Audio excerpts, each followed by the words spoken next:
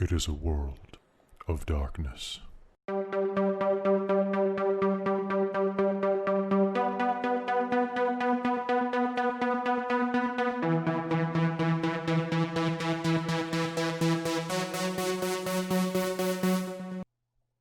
Hello and welcome to Vampire the Masquerade, Victoria by Night, Episode 4. I'm your storyteller, Kelly, and joining me tonight are my coterie of forgotten vampires from across Vancouver Island, British Columbia. Hey everybody, how's it going tonight? Pretty good. How about yourself? I'm doing all right. I'm doing all right. Why don't we go ahead and introduce ourselves to everybody so people know who we are and who we're playing. Chris, you spoke up first, so I'm throwing the ball to you. Hi, I'm Chris, and tonight I will be playing Mason Roy, the thin blood who's tired of all this shit. All right. Well, it's very unfortunate that you're not going to be out of it anytime soon. Hello, James. I'm going to pick James. Very well. I'm James, and I'm playing Leo von Ritter, your resident Malkavian, and the one who makes Mason's life quite entertaining, at least for me. That's All right. one word for it. Hello, Naomi. Hello, my name is Naomi, and I'll be playing our young Tremere, Anna. And I look forward to playing tonight. All right. And hello, Winter. Hi, I'm Winter. I play Nora Vale, the Nosferatu. You seem very sad about this. Who wouldn't You'd be sad too. What are you eating? Oh, Blood soup. What kind of soup is that? I'm hungry. I want to know what kind of soup. it's a rice noodle soup with beef. So, You should put Very red tasty. food dye in there. yeah, what the hell, man? Like, where's your team spirit? Go ahead, and I need you to fill that bowl with some blood. I angry and hungry. The answer should always be blood pudding. Angry and hungry. What else? Red is food new? dye for the red food god. It's so Yes. satisfying though. Pho is the best soup ever. All right. Wait, F-O-E? Yeah, eat your foes. Blood for the blood god. P-H-O, but you pronounce it pho. You But pronounce it fa. That's why I love all of the like forever or faux show. faux show. Yeah, those are always the best restaurants. So hello and welcome to Vampire, where we're serious all of the time. This is Victoria by Night, which is set in Victoria, British Columbia, which is the capital of British Columbia, Canada. It's a much smaller city than, say, our neighboring city, Vancouver, which, of course, is a big-ass city, to put it that way. But Vancouver Island is a fairly large island just off the coast of Vancouver and just kind of north of Seattle and Washington. You can actually see it on a map. Go check it out. It's a picturesque destination for tourists, a seat of government, and just generally a place for a lot of hippies and retirees. It's one of the most temperate parts of Canada that basically we don't get snow, maybe once every other year, and most of the time it just rains for about 7 months straight. Which is great if you're moody like us. So, this game centers on a coterie of young vampires that have been dubbed the Royal Victoria Society de Haute Culture, or the Rush Team, and are a bunch of neonates who are working together for various honeydew jobs by the prince, I think is a good way to say it. Like, basically, you're gophers. Yeah. So last episode concluded our little first 3-episode narrative arc, which was about an illegally embraced vampire who was brought in after having murdered a couple of people from her life, and uncovering that the sire was actually someone who became friends with the party, with the coterie, over the last couple of sessions. And don't make friends. Yeah, don't make friends. That's the rule. That's what I was suggesting. I should make friends with all of you then. You shouldn't make Aw. friends with all of them. Too late. So last game ended with all of you at a salon where you were forced to beat your now decent friend Frankie into torpor and nail him into a box where he would spend at least the next year trying to claw his way out once he wakes up. And with that, the prince called you aside and said that he had something else that he wanted you to do. And that's where we're going to pick up the beginning of this game. Nope. So one moment while I have to get princely. Princified. He's getting princified, yeah. I gotta get... Yep. The storyteller formerly known as Kelly. To rule my world. Okay. And...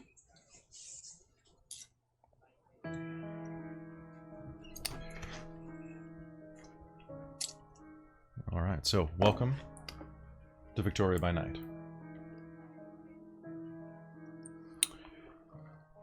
As soon as Frankie is beaten back into the ground, nailed into the coffin, and carted away by a pair of ghouls, the party resumes. Almost like the DJ was just changing songs.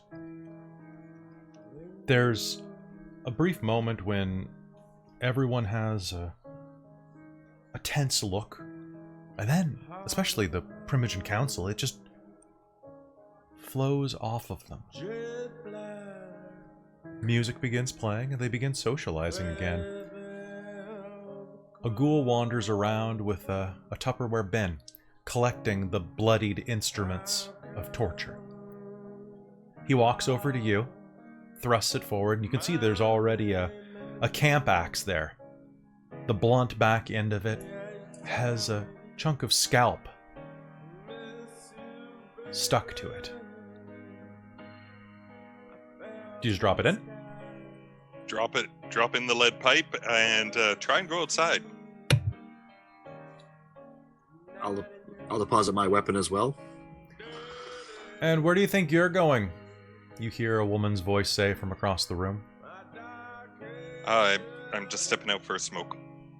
You can smoke in here. It's not going to kill anybody. Yeah, alright, fine.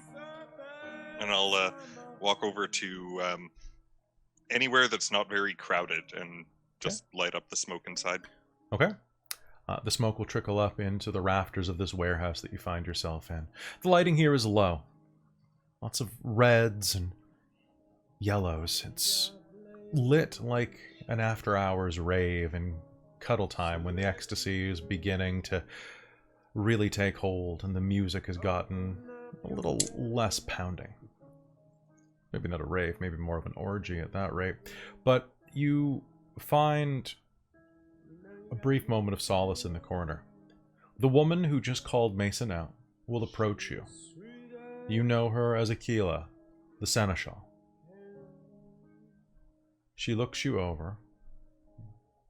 And for those of you who are interested in such things, there's a lot to look over about her as well. She's a stunning woman of Middle Eastern descent, perpetually in her very early 20s, probably 22 or 23 when she was embraced. Long black hair, flawless skin, and deep, brilliant, hard eyes. She's wearing a designer skirt and top, and takes one look at each of you, flicking her eyes extra hard at Nora. He wants to speak with you. Do you four have a minute? For the prince, anytime. Then the time is now. Wonderful. Grab your mule and head into the back room.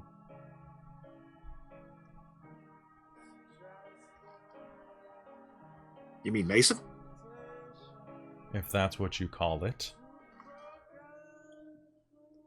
Very well. Mason, come over here. She'll turn and walk away.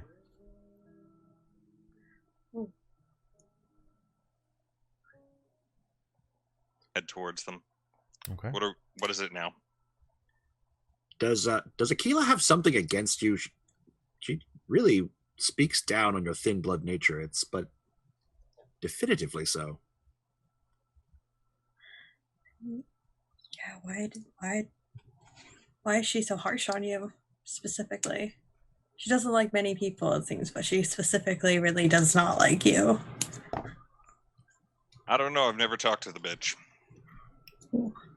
And those eyes were very strange. Anyway, let's be off our business. What's going on? We've supposed to have a word with the prince. He's supposed to meet us over this way, I think. Ah, shit. Okay. All right. Let's get this done.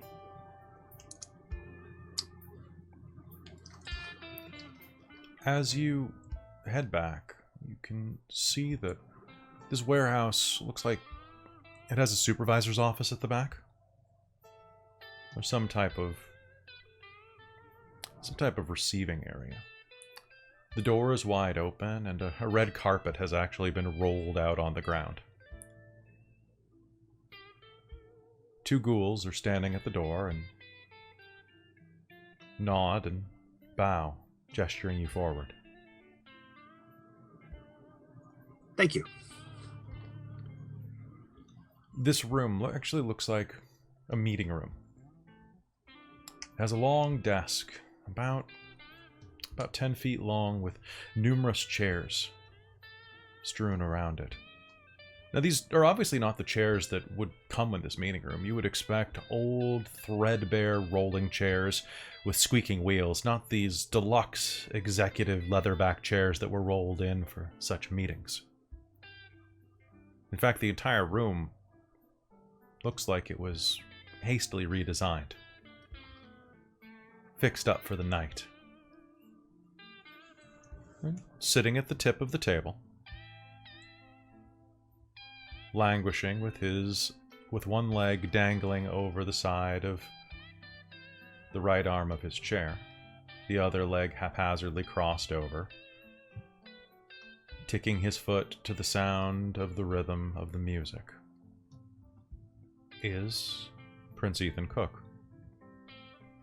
As I described last time, he is a fey man, tall, lithe, just above 6 feet tall, and probably around 150 pounds.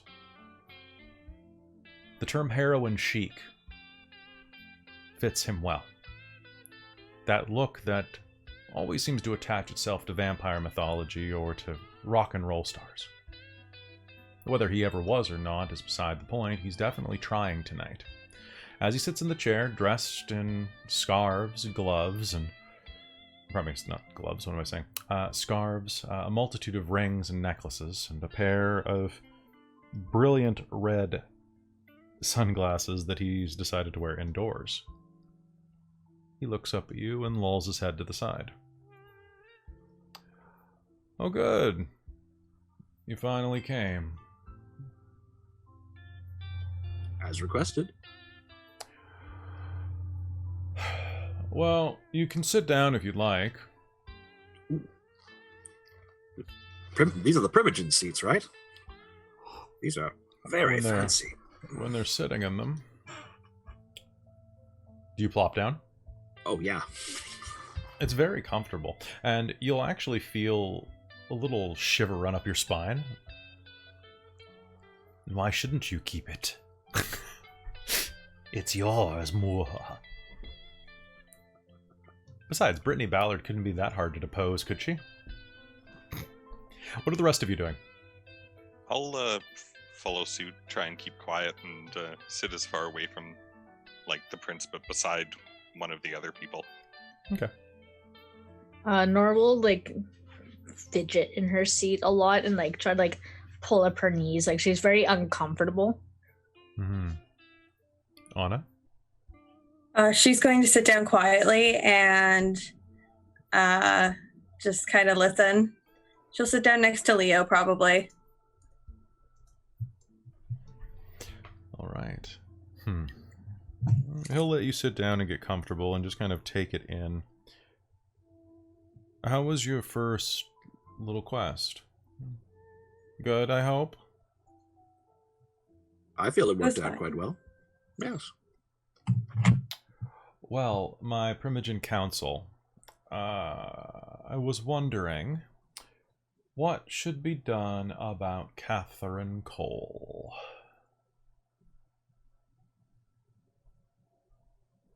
The Well, fledgling. Do you mean keep her alive or send her to Or- the sun? Yes. Or feed her to Mason for a job well done. Waste not, want not. She didn't really do anything, right? Like, She it killed was... two people. In cold blood. But I suppose in the grand scheme, what's two people, right? Well,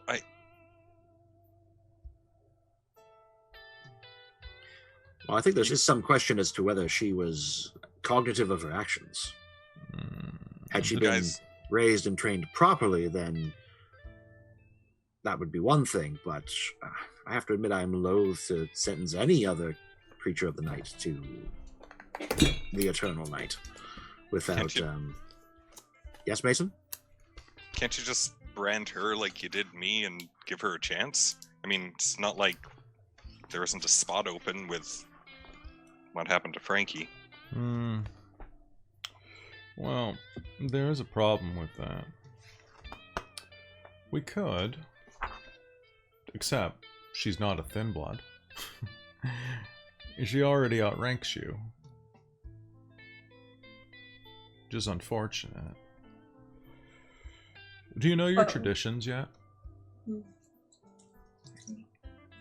My what? Your traditions. Oh, like not letting people know that we exist? Thou shall only sire another with the permission of thine elder. If thou createst another without thine elder's consent, both thou and thy progeny shall be slain. It's an ancient law. Then why am I still here? Because I am a generous god. Because you're more useful in this state than dead. And because it would be a waste of good talent. Look at all of the good works you can do now. Mason has acquitted himself quite well. I've heard. I also heard that Aquila was giving you a bit of trouble. Sorry. She gets protective. It wasn't anything. I was just trying to be polite and have a smoke outside. That door's blocked off anyway. I'll have to have the car moved. Didn't want Frankie to try to escape. Alright. Well. One for Liv. One for retraining. Nora and Anna. May I ask a question? You may. How What would be polite. the benefit in killing her? It would demonstrate that I am not a prince to be fucked with. That it would absolutely. Fair enough. Would allow Mason to deepen his bond as well. But yes, at the same point, it would also be a waste of potential talent. That's what I was going to say. You could still put her to work and do things. It'd be a waste of labor. I'm of the Worst same case- opinion. And worst case, you could put her with us for now, and then we could watch after for a little while because her sire's kind of indisposed. I have something pressing. For the meanwhile, I think she's going to remain as she is, which, good work. I actually thought that you would kill her, but you managed to do it with just a little staking. That's talent. Your daddy's gonna have to watch his back, or you might be gunning for his job, Nora.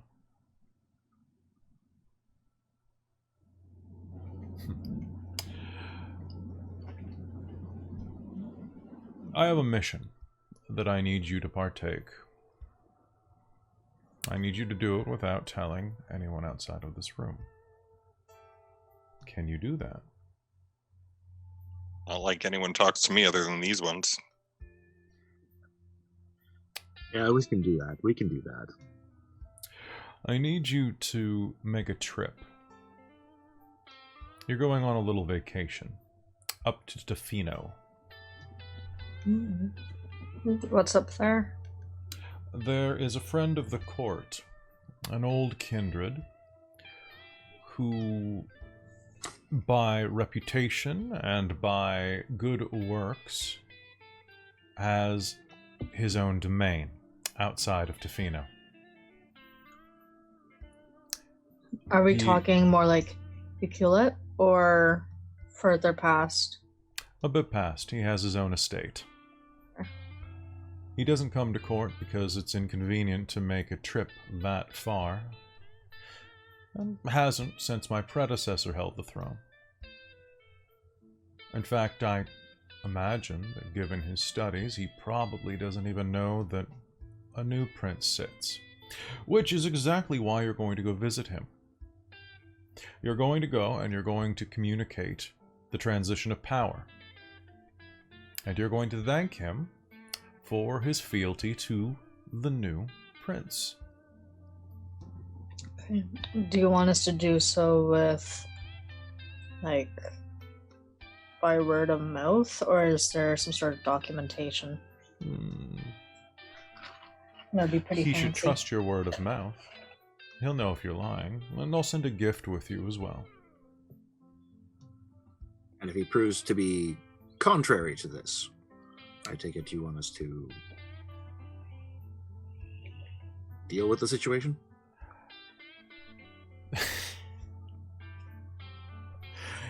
If you can, sure. Why not? Ah, I give I you see. full right to do whatever you feel in enforcement of the court. What I'd really like to know is that if he is a dickhole about it, you come home and tell me. very well. How long have you known him for? I haven't seen him in a decade. Slightly That's- more. When you say don't tell anyone, does that include Mayfield? Miss Mayfield knows about the situation. Well, she knows that you're going on a mission. You're welcome to fill her in on the details, provided you make sure that she is sworn to secrecy. Although I think once she knows the details, that should be pretty easy. As long as she won't be on our back. Not a fan. She's nice and all, but... Sorry, I'm just getting used to all this. No, this is your mission, not ours. Although it would be easier to send her alone, I think this is another great place for you to prove yourselves. You should leave on Monday night. Give yourself a couple of days to prepare. It's a long trip. If you need it, you can stop in Nanaimo. A rest there. I doubt you should have any problems from the Regent. What's this guy's name? Or person, kindred's name that we need to find, and where can we find them? The address will be with the gift. His name is Emmanuel Sear.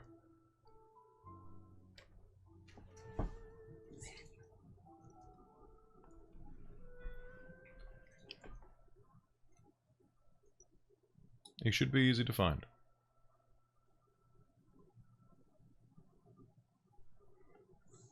All right, then. Is there anything else we need to know? I'll say looking to my companions. there I'm anything good. else you need to ask? Is there a time limit? As soon as you can would be good. And do you need us back before a certain time? Be back by October.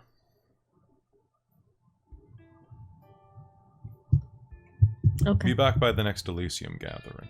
The next real one. It should be happening right around the beginning of October. The earlier the better, of course.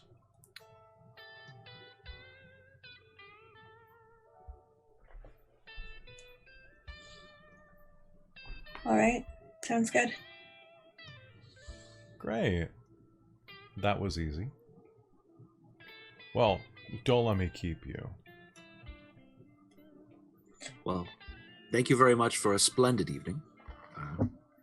And It was a real bash. it went off quite differently than I expected. It was quite the surprise. Yeah. And Mason. In time, you'll realize how generous I can be. I don't. Hey, I'm lucky to be here.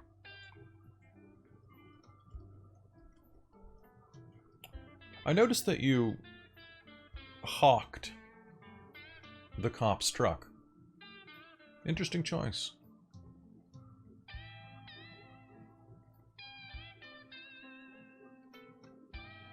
I'll be watching. What should I have done with it? I don't think there's ever a right answer. It's all just interesting choices.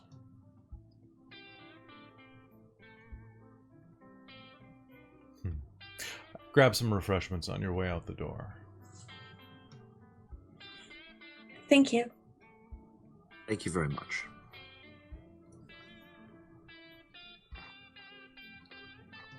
All right. Well, have a good evening. Mm-hmm. Gonna leave. All Gonna right. make a quiet exit. I will follow. As soon as one person goes first, I will follow.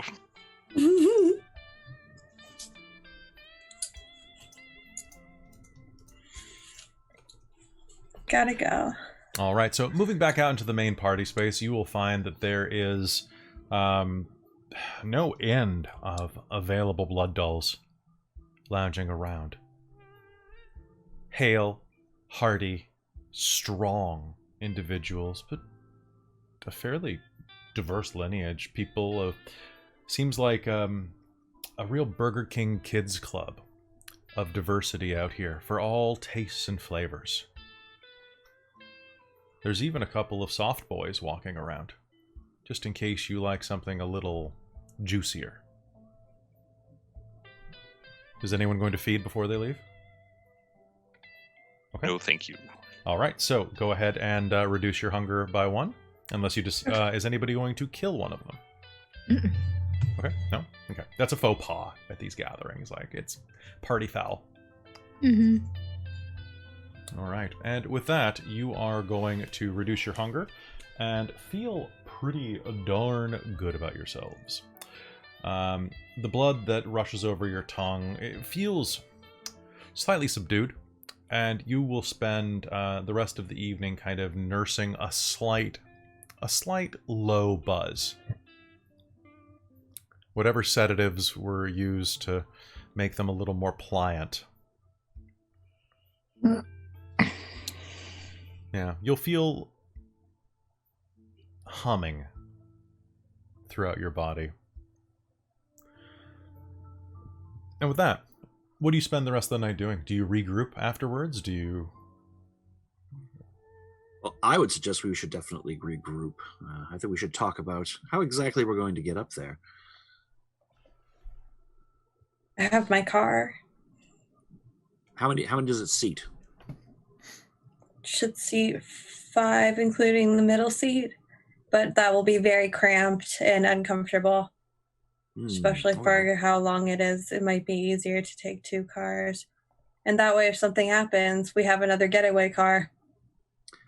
That's pretty logical. Yeah. Well, Mason, do you want to drive up with Nora, and Anna and I can drive up together? Sure. We could do that, or I don't know, maybe if one of... Hey, Chris. It's down a little too much there. Is there a middle ground? Disappeared. How was that? A little more?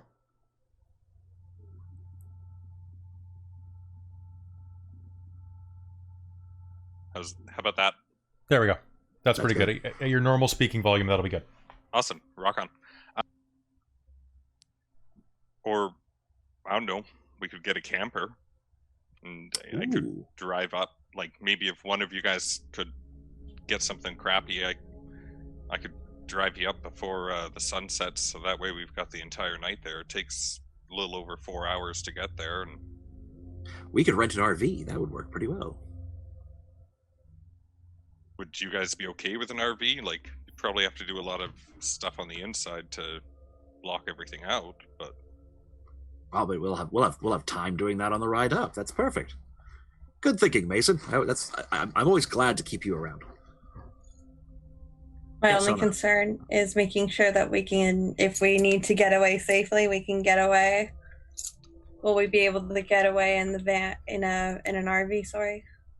Well, we could always take another car with it, or just find That's something fair. up there if we need to. I suppose. We're it's clever. up to you guys, whatever you're comfortable with. I'd be happy with a RV. I think if we rearranged it, like Mason said, we could also organize it for it to be comfortable for us to sleep in. Tow one of the cars on the back if we get the right hitch. It has Yeah. been so long since I've gone camping. I'm excited. This sounds wonderful. I'll have to tell. Yay. Camping with you guys. Oh, Mason, you love us. You care about us. We care about you. Oh, she's gonna pull out a bag of weed for you, Mason. That's for you. Oh, what? Yeah. I don't know if you liked that or not. For some reason, I feel like you would have. But I don't smoke it because I can't. So What, if you want think it. just because I smoke? No, I drink, I smoke, that's it. I'm clean. Like, just keep that shit Oh. away from me. Okay, she'll throw it out. All right, the baggie of weed hits the ground and starts getting waterlogged in the puzzle. in the puddle. Obfuscate. I'm gonna go pick it up. Okay, all right. The baggie of weed vanishes into nothingness. It's literally up I in saw smoke. nothing. Oh, well, there you go. Did anyone else hear that? All right, so I think that's everything decided. We're heading pardon me, Kelly. What day is it right now? Do we have? Is it like Saturday? It is it's actually the 29th now. So he said so basically a Saturday. He said probably go up on Monday. Okay, so we have all tomorrow to kind of settle any business that you have to take care of. And I suggest that we meet up. Where are we going to meet up? My place? Sure. Very well. Yeah, that's great. I like our house. My house likes you too. That's good. All right. Monday evening, as early as you can make it over to my place. We'll have a quick little drink, then we'll hit the road, and I suppose we'll have to make arrangements for like some sort of parking space or something for the RV, or just side road somewhere. I'm sure we can handle it. Okay. All right. Figure it out. We have a whole day to Meeting figure it out. adjourned. All right. Anna, so- it was lovely having you for a date for the evening. I hope you have a most excellent one. Have a wonderful evening, Leo. I enjoyed my company with you. And Ritter, you'll get the RV? I'll get Philippe to figure it out, but I'm sure we can make arrangements. All right. So you all separate as it is, and over the next couple of days, you arrange what you need for the trip. Having decided to get an RV, What kind of RV? Oh, sorry. I was gonna say I called into work saying that I'm getting sick, so I can have the night off. I mean, that's Yeah, fair. I'll say I have to quarantine for 2 weeks because possibly got exposed to the Rona. Yep. All right. That shouldn't be a problem. BC Transit is happy to take you off the rotation, and the radio station is happy to take you off the rotation as well. Everybody's always like vying for those union positions. That's good to have extra backup there. Now what kind of RV are we going for? Are we going for a self-driving one, or are we going for a tower? Oh, I'd probably go for a self-driving one. Okay. You know, there's plenty of those rental companies around Victoria. If only someone here had the ability to drive a bus-sized vehicle. Perfect. Okay, so what are your What does resources level? self-driving mean? Basically, is the We're not towing it behind a truck. yeah, is it tow, or is it like built in to like a truck? So Okay. it's a little easier to drive one that's a tow, because then it pivots on corners a bit better. But I mean, if you're good, you're good. All right, so your resources level is what, 4? Mine's 3 right now. 3? Yeah, you can get one. It's expensive. There are rentals, especially for vacationing tourists and things like that come up through. Yeah, and they'll be desperate for those anyway, because no one's doing it right now. Well, actually, a lot of people are doing it right now, but they're just doing it inside a province. Ah, right. Okay, because they can be quite. So, actually, let me just see how good this Philippe is. What level retainer is he? He is. Where is it?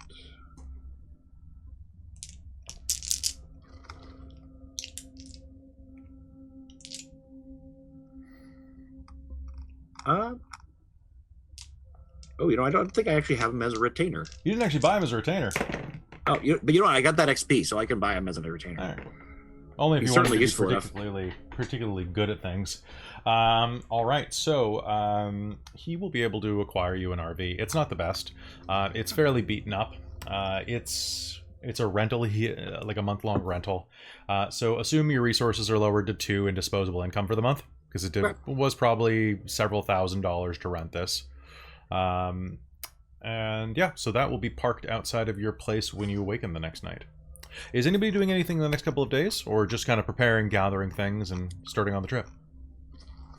Yeah, I'm going to just spend some time at home, gathering some stuff, maybe do some hunting. Okay. So. I'm gonna tell Sire I'm out of town. Okay, that's going to be a fun one. Give me 1 sec on that. So if you're hunting, how are you hunting, Mason? Probably with a crossbow, somewhere in the woods in Machosen, looking for a deer or any sort of animal that I can Sounds good. at. Probably looking to ambush it and just quietly working my way around. If that doesn't work, I'll feed on some goats in my backyard. Always with the goats. Okay, so let's just go. Goats. Let's do 3 a of them. quick. Excellent. The drive up to, you might have some better luck with the hunting out of town, Oh, yeah. and well, also even- like out of city for like bylaws too. Oh, Be more there's- animals. There's a lot of animals out here, let me tell you. Which area is he in? He's kind of in the Langford-Machosen border. Mm-hmm. You should go around There's Mount tons of Doug. There's animals. lots of deer. Like lots of deer. So, can you give me a composure plus firearms roll? Me? Why would it? Deer and firearms. Oh. Why would it be you? I didn't know who you were talking to. Sorry. Yeah, you're talking to your sire. I need composure and firearms to get this shit done. Yeah, I was really confused. Oh, Sorry. quite I the like honor. that role. My- Talking my to my brain's sire. not Composure and working. firearms. Yeah. Sorry, guys. My brain's not working all totally there today, so I apologize. That's okay. Go get some coffee Wesley on wants our that break. seat. Yeah, that'll help. 2 successes. 2 successes. All right, so you'll be able to catch. You'll be able to catch a doe, fairly young, not a fawn anymore, but still probably only about a year or 2 old. It's a clean kill. with your crossbow right through the neck. It goes down pretty quickly after probably about a 50-foot run. Oh, 50-foot hobble after that, and you'll be able to bring it home, bleed it dry, and slake your fill. So you are going to be completely nourished up until the morning of the ride. Besides that, you have a timer on then, because earlier today, on Friday, you had a chance to have that meeting with your son. Your next visitation date is the following Friday. So you have a bit of a counter there that you need to do. That's why I want to go early. All right. So with that, are you doing anything else, or are you pretty much set to go? Pretty much set to go. I'll head over to Leo's after that, and as soon as the camper gets there, just kind of go over it, make sure that there's nothing wrong with it immediately that I can see, and get ready to drive. Okay. Can you go ahead and make me a composure plus... Actually, make me an intelligence and survival roll.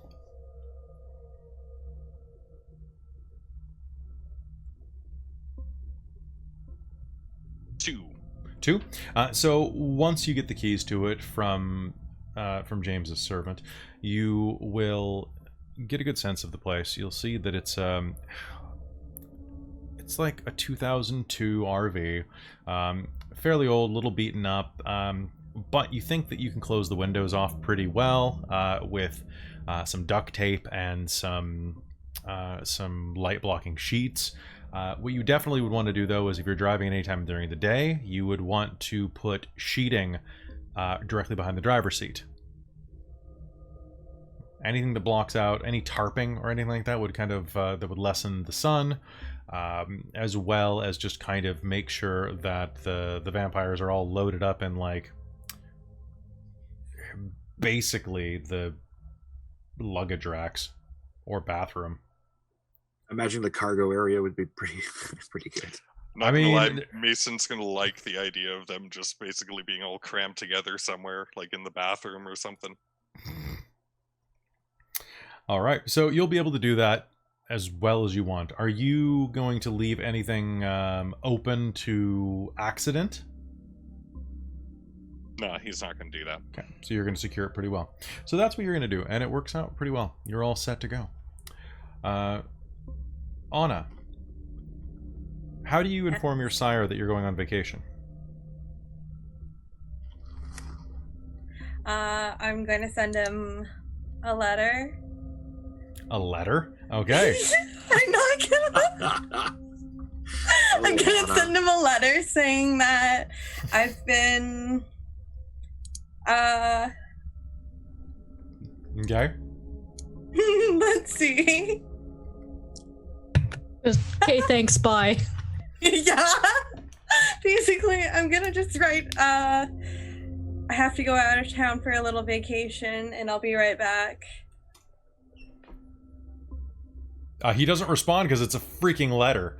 And he can't. It's not you. But for some reason, you think as you're putting it in the mailbox that you see a little check mark with "seen." He's gonna keep you on red for a while, I think. That's fine. All right. She didn't want to call him because she just is afraid of hearing what he will have to say to her.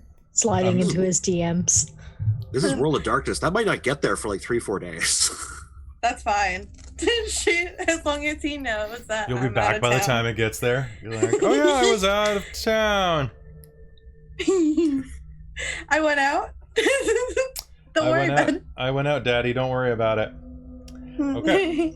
All right. So that's what you do. Anything else you're doing with your downtime?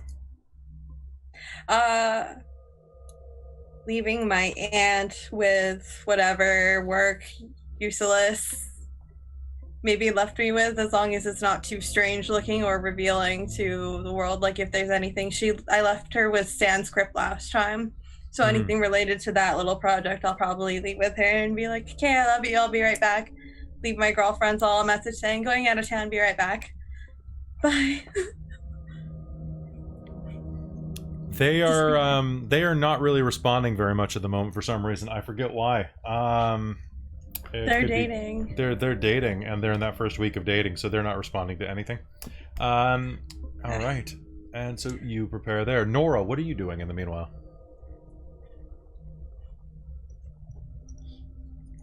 So she's going to kind of like just pack. She hasn't been out of town in a very long time. It's true. So, but she's going to bring like notebooks and her recording devices. So she's got a few extra like tapes. Okay. And yeah, and she'll bring also like a sketchbook and stuff. Okay. But yeah, just packing for a trip, and she's kind of excited about it, but she's also like, Scary. spooky. Spook. All right. Is there anything else you're doing to prep? I don't think so. Like, we've only, got a weekend? Yeah, you've only got like 2 days to prep. Yeah, other than that, like, she will go to work one of the nights and then start playing up the whole, like, oh, I'm not feeling so good. Okay. And then be able to do the call, be like, I can't talk. Ugh. Okay. So they're not even going to question that, since you always look sick, so they're going to just believe it. Yeah. As you are, as you're getting everything ready, you're going to see that they're, that quicker than you thought, the response from that independent sound editor is going to be in your inbox. Click. Quality work, actually. He either had a demo reel ready for you to attach on there as well, and the little project that you sent him, he tore through it. He was really good. The turnaround time on that was probably about 5 hours. That's better than you could do if you were doing it for your own project. You'd get distracted. This guy's focused. Might be worth it. Okay, cool. And we've only been corresponding through email so far, right? Yes. Okay. I'll send him a message and say just like, hey, this sounds really good. I'd like to work with you. I'm just taking a few days off, not feeling so great, so I'm going to rest. If you need to get a hold of me, send a message my way.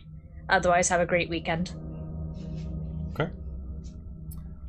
His response will come pretty quickly after that. Like within the hour, we'll be like, well, sorry to hear that. Hope you feel better. Look forward to hearing from you when you get back. Sweet. Okay. All right. So that's what you do with those times. And what about you, Leo? Me? Yes, you, Leo. All right. Okay, so Leo would probably start off getting a little overexcited with the whole camping thing. Like he's probably like pulling out like the actual sleeping bags and mattresses and stuff like that. Okay. He's probably like imagining like wrapping himself up in like a mummy bag with a tarp wrapped around it in order to kind of seal himself up. Yep, that's fair. Getting some of those off of Amazon or something real quick.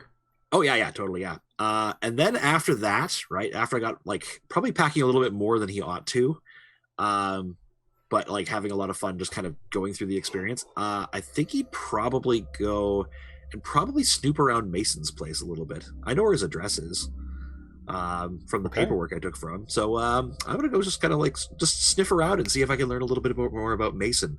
You gonna break in? Doing. Yeah, probably. Okay. Can you give me a Dex and Larceny roll? Sure. Dex and Larceny. Son of a bitch. And Mason, how It's good funny is that your... you say that, Leo, too, because like I totally want to just like break into your house just to live there sometimes. Oh, he probably wouldn't mind, right? Like as long as you're careful about what you did. Mason, what?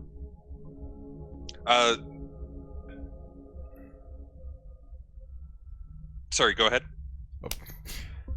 What is your security like on your house? It's kind of mostly like a little bit out of the way. He wouldn't place a lot of like things would be locked. There would be like bars on the windows and whatnot, so you can't open them all the way. But as far as he's concerned, it's pretty easy to get into places, and locks are more of a deterrent than anything. So it's not anything super fancy. Okay. There would be a padlocked like sort of shed in the back a little bit, kind of near where he keeps the goats penned in. But that's probably the most difficult thing, to be honest. Okay. So, where are you headed as you're walking around this place? So as you arrive, you pick a time where you don't think Mason's going to be around. Okay. In the evening, and as you head over there, you'll get a good sense of this farm that he lives on. Your house is a single floor, right? You live in basically like a ranch style? Yeah, it's single floor, and there's probably like a little bit of a like storage space kind of up in the roof, but just single floor. Okay.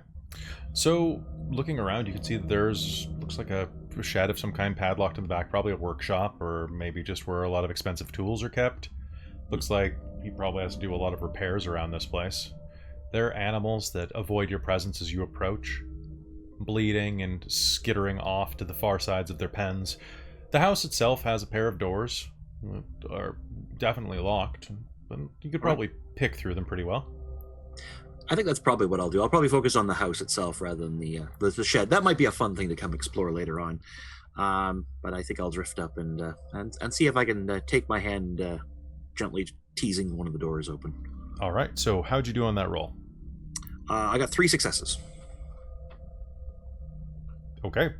So it takes you a couple of minutes, but you're going to easily be able to pop the door lock and the deadbolt that are holding the back door shut. The door will open, and Mason, the back door leads probably into the kitchen.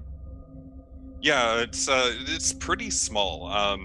It would be, though it's open space. It's you come in through the back door, and there would be the kitchen, as well as a bit of almost like a dining room, living room area.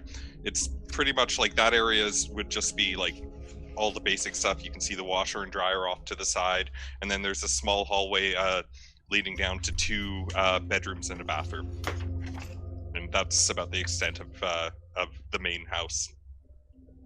Okay. So as you poke around, why don't you go ahead and give me an intelligence and investigation roll to see how good you manage to pilfer through his things. All right. And so, Chris, as James is doing this, I want you to start to think of where you would have things hidden and what success means in this case.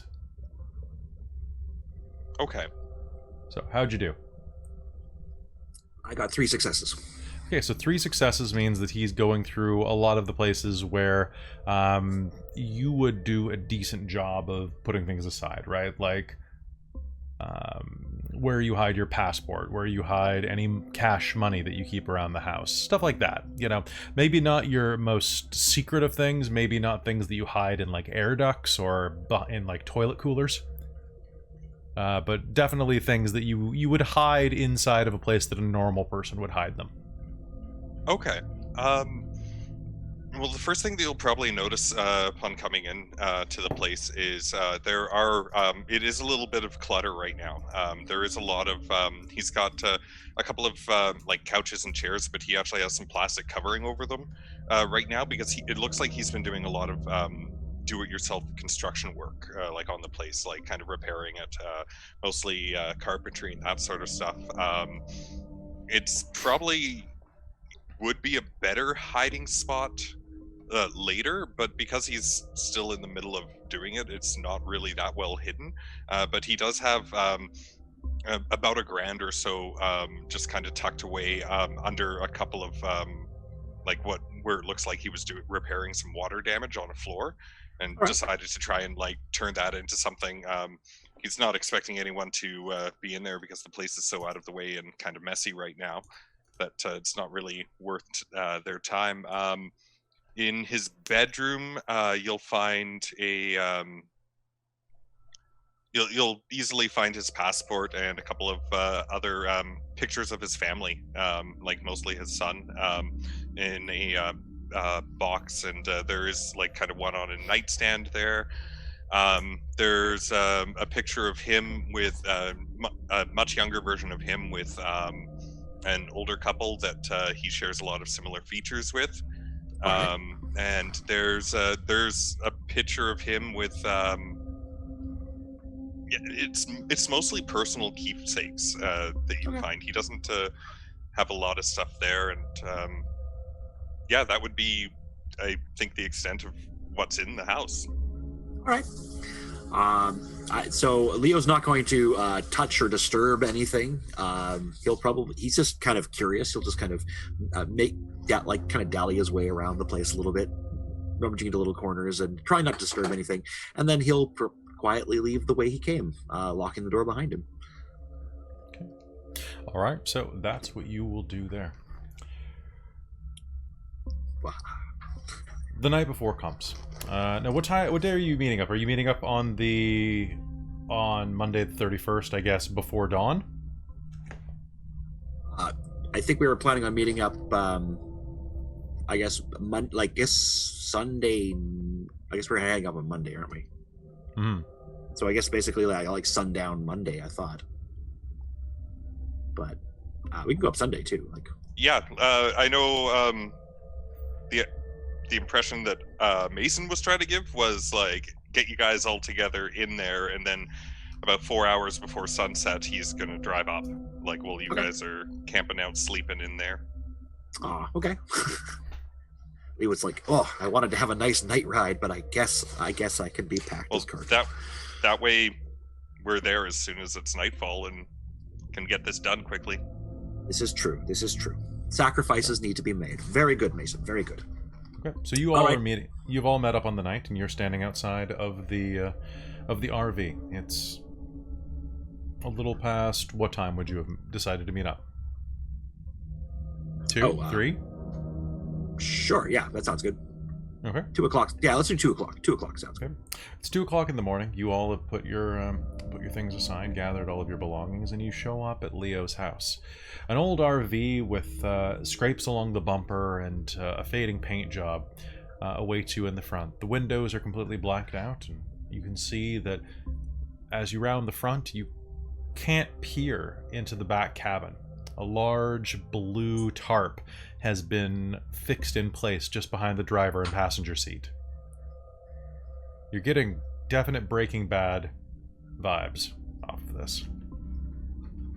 Oh, this looks glorious. Perfect. All right, so I've already loaded all of my stuff. I claim the main bed because I paid for it, and the rest of you, welcome to settle where. Do the beds fold? You know what? Probably. I know shit about RVs, so... They're all very different. So I'm gonna Google one real quick.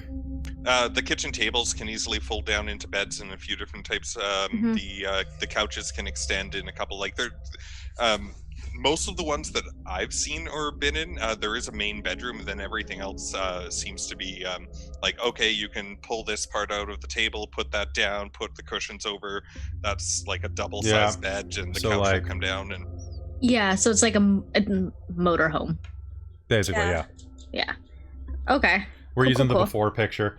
So there is a bathroom with a sliding door. There is a bedroom at the back that has, looks like, let's find out. Is it bunk beds? It's not bunk beds, I'm sorry. Yeah, no.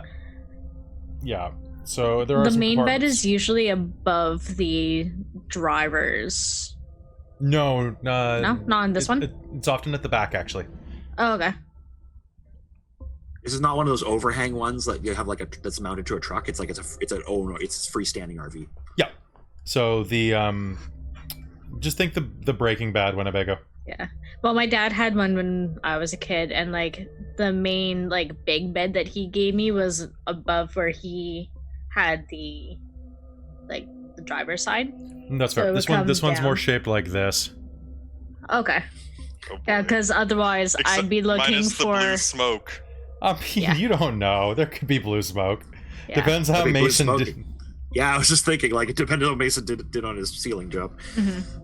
If this episode ends with Mason running around in a pair of tighty whities and nothing else with a gun, I'm just gonna be very excited. Yeah.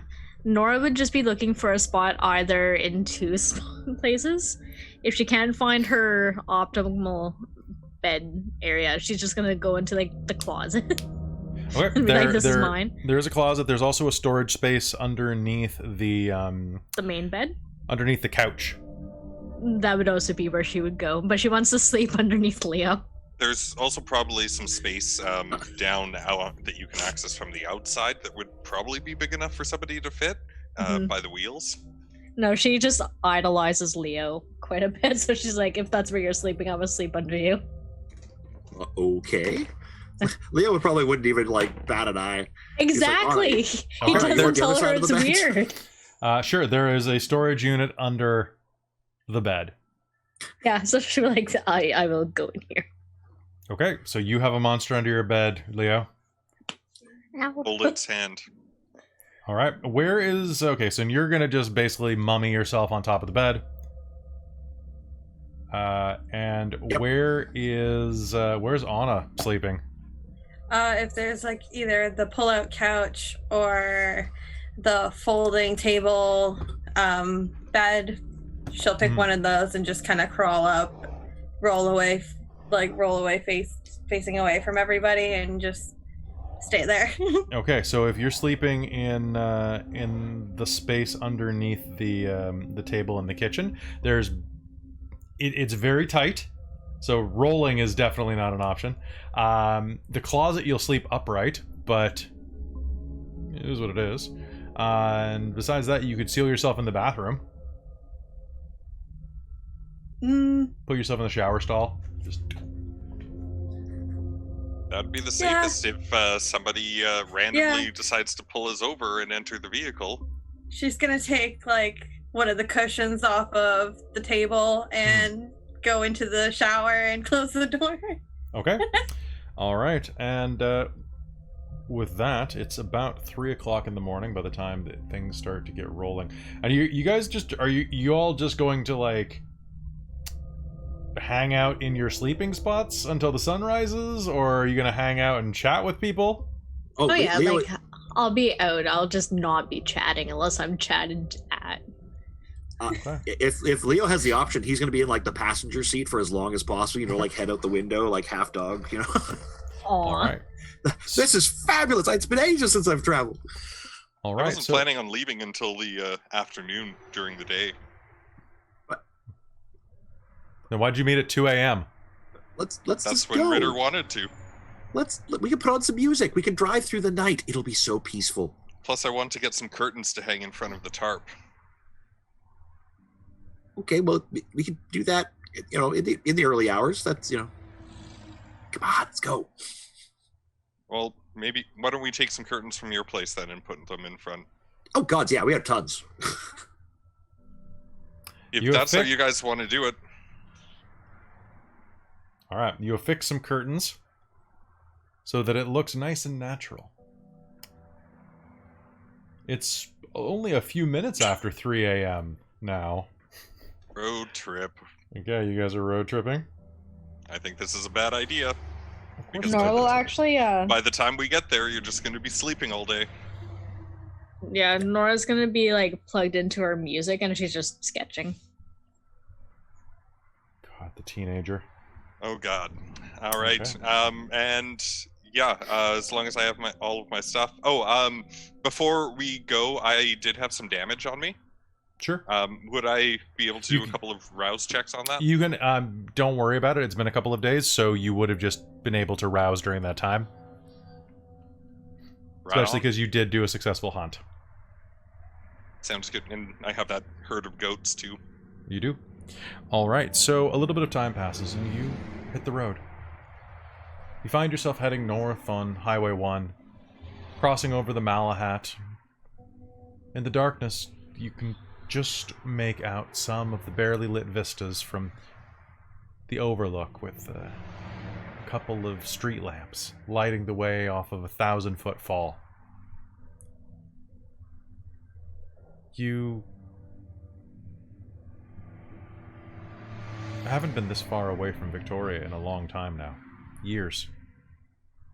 Yeah, maybe Less for Mason, but the rest of you? It feels strange being this far away from your havens, your beds, your hunting grounds.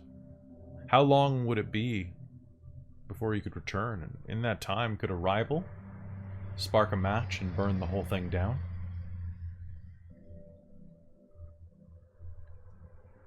You make it to Duncan, and then start chit-chatting a bit amongst yourselves, breaking down. Who's talking about what?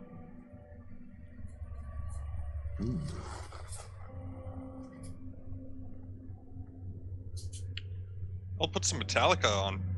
Hi, I'm not paying for that licensing fee, but you get the idea. Dun dun dun dun dun dun dun dun. Got me with Napster. You're not getting me again, Metallica.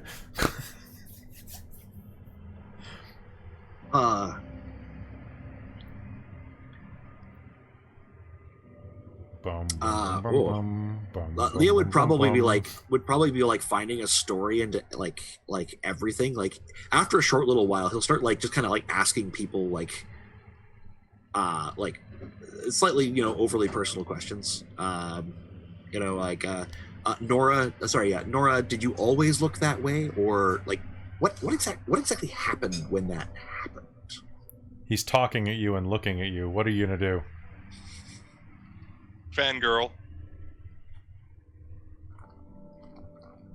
No, just kidding. She'll just be straight up being like, she thought she was being like killed by this monster, like this huge guy. You've seen him. And what was his name again? Nash. Perfect name. And it was terrifying. And yeah, just waking up the next time and seeing myself in the mirror. Oh, so it all happened just at once. I don't know how much time passed, actually. And I guess before I was fully aware of myself, my face was all scratched and it just never went back the same, and it doesn't feel and she, like as she starts talking about it more and more, she gets more like rigid and she'll actually start like going like this, and he digs into her skin too, so she might start bleeding. Okay. That sounds horrible. Well, I think all of our experiences were probably horrible. I mean, mine, I was basically enslaved to actually, it was a fairly decent fellow, other than the whole like eating everyone kind of thing. I was sailing at the time. It was quite disturbing. When he finally turned me, it was just like a kind of like a switch had been flipped, and then everything started. I mean, I started seeing things and everything. It was like I understood something deeper, but couldn't really kind of grasp how. I think I'm still trying to kind of figure it out. What about you, Mason? What was your how exactly did you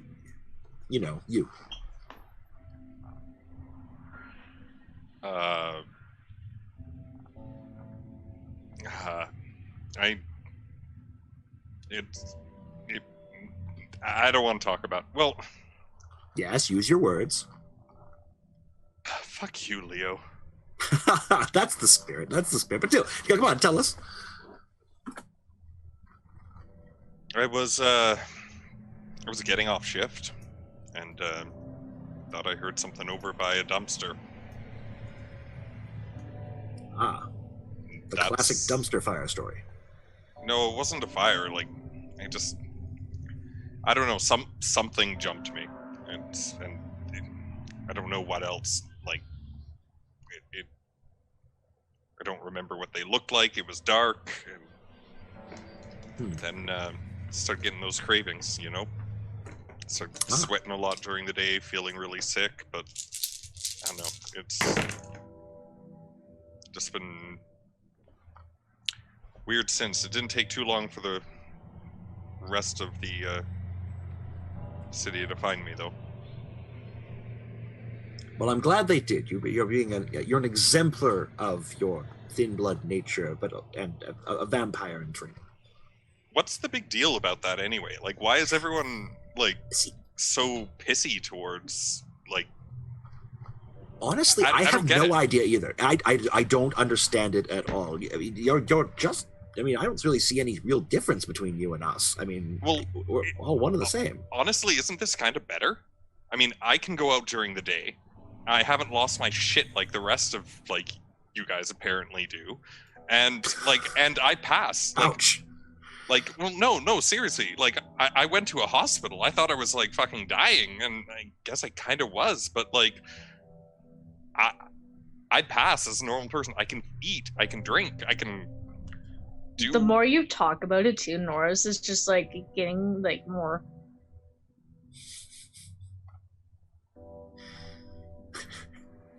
But like, what's the big deal? Like, what can you do that well, other than disappearing and whatnot? But I mean, I kind of got the best of both worlds, don't I?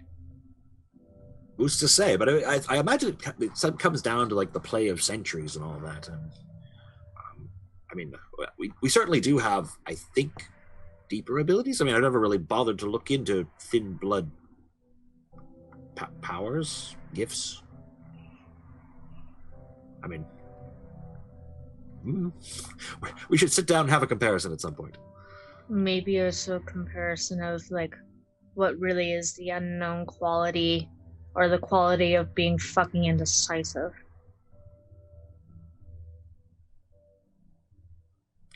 Indecisive?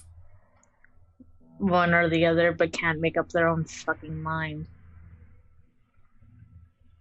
You know people like that. Maybe it just upsets other vampires. The choice. Do I have a choice?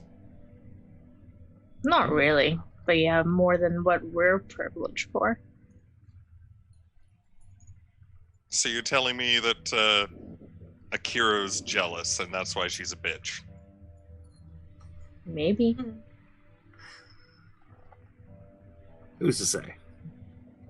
I don't really know her though. Or do we kind of know her, or did we just meet her? Aquila, the seneschal? Oh, I thought it was the other blonde bimbo-y one. No. No. Okay. No, that's the Malkavian Primogen. Cool. Redacted. Eh. All right. Well, that's an interesting thought. Anna, what about your story? What's yours? She's going to poke her head out of the bathroom. Yes. What? What did you call me for now? We're sharing like embrace stories, or at least kind of general like. Oh, she's gonna close the door for a second. Must I? Yes, you do. The rest Even of us have I been did so it. nice. Yes, even Mason did Mason it. did it. Mason. Yes, he didn't even have to do it, and he did it. He volunteered the information freely. It was wonderful. Oh, that's a. I'll come out. I just concentrate on the road. She's gonna Mason, come maybe out it's holding... also the person that you're associated with that they don't like. What did I do? Mm-hmm. Who am I associated with other than you guys? No, like the person who made you. She's talking about. yeah, that one. Well, do you have any idea who your sire is? I have no idea. Huh, well, then Maybe that the can't really be prince held over. knows though. Well, hey, Anna, can't you use any of your blood sorcery stuff to kind of find out? That's a thing you Tremors can do, isn't it? Can I do that, Kelly? Theoretically, if I were to bite him and taste his blood, could I do that? If you do the ritual, you can get certain things from it. Yeah, let me double check what they changed it to in this edition. Yeah. Not while I'm driving. I don't want to do that to him. What, you don't want a little love bite? I will not. I'm not comfortable biting people unless it's voluntary, for the most part, unless I'm feeding on people that are not. I'm just kidding, Anna. I'm just kidding. Anyway, you don't get out of your story just by. Oh, you know. well, Got her. it's not that particularly. Don't let him push you if you're not wanting to share it. It's just a really was a very, very painful thing, and she's gonna grow increasingly uncomfortable, like thinking about it, and kind of go a little pale thinking about just the whole night. Basically, I got tricked into this. You got tricked. I got tricked. I was the Wiccan in my first life, if you will, in my pre-vampire state. And I was learning more about just different rituals, and was told... You dig too deep? That's one way to put it. I got invited to this little coven, quote unquote, and was put into a room, and that's where I met Useless, and then I woke up. Did you just call him useless? Mason will just crack up. Sorry, I heard useless. Did anybody else hear that? I heard it as well. It's Ulysses, is it not? Ulysses. Or Ulysses. All right, and he's it not. It might be a good idea to check that before Ulysses. you meet him again. And he's one that we don't call useless to his face, right? You don't call him anything to his face. You don't call him anything behind his back either. I wouldn't. Got it. Pretty sure he's not going to be too pleased that I went without him probably really knowing, but I didn't want to also talk to him today or yesterday. That was daring. Why did you just drive over and talk to him? Because that means that I have to go and look at him and talk to him. And sometimes that's not always a nice thing to do. Wait, am I the only one who doesn't have, ready access to their sire at, all times? It's not that I don't have ready access. It's that I'm not always personally ready to access him. Yeah, not the only one. Yeah. No, you're not. Ulysses is not an understanding individual.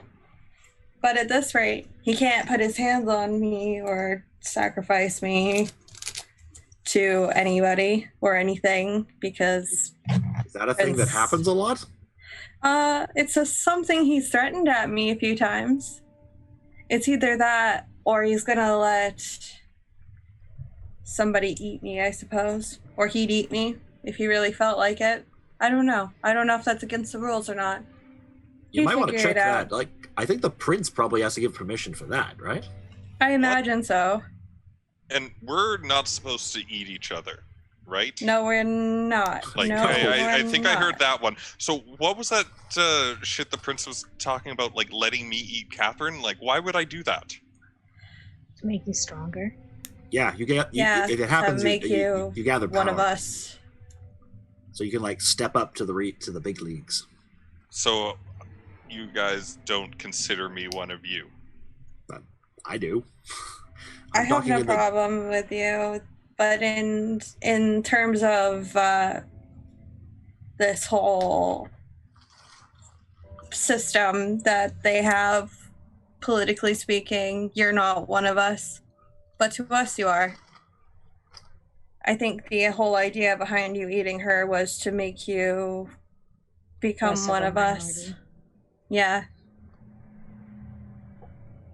Maybe they don't want multiple thin bloods, but they don't want to kill you because you're useful.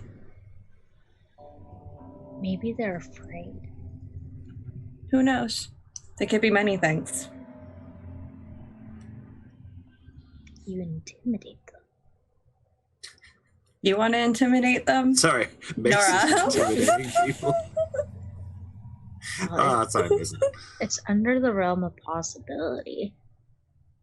Being able to move a bit more freely. Potentially. But they would never admit that. I'm just trying to imagine someone like Nash being intimidated by Mason. Nash intimidated by people? Right? That's Have you been getting into something, Leo? Can you be a bit more definitive? It was just a saying or a joke. Oh, okay. Like I haven't really checked how old the bags were in the fridge, but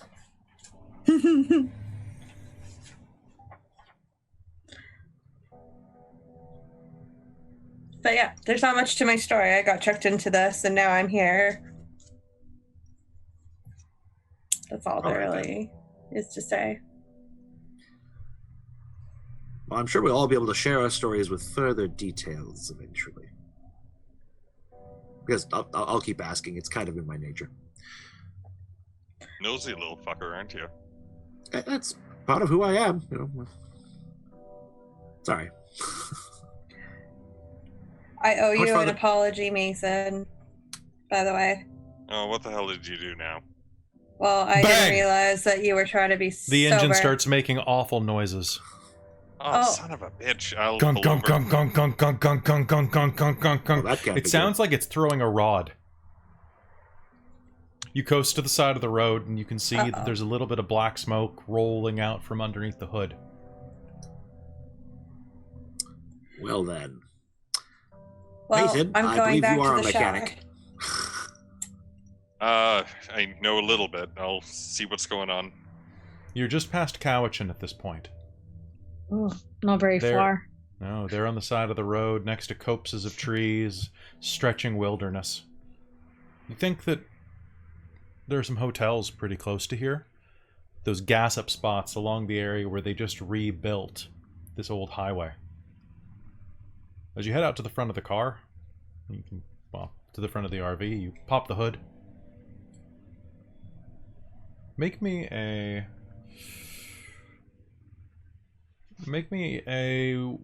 int, and do you have crafts? I've got crafts and one in specialty in carpentry, and then drive 3. Okay, we'll use drive. Because firearms is also used for, like, repairing your firearms, so I don't see why drive can't be for 3 doing... successes.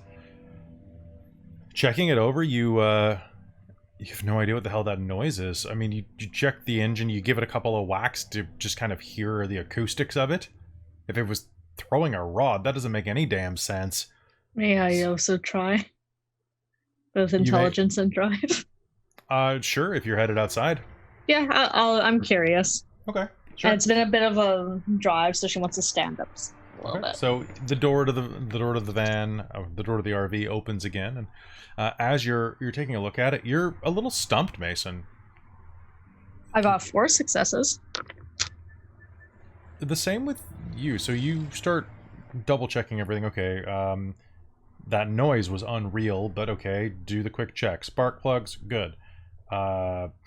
Quick smell test, okay, can't smell radiator fluid leaking, can't smell transmission fluid leaking. You check behind the vehicle to To look for leaks. Or anything like that. The road's fairly rain slick. It's always raining around here. As you round the side of the vehicle and look around, a semi pulls up in front of you, veering off the road and putting its hazards on. There's a brief moment, and then, without shutting the engine off, the front door swings open.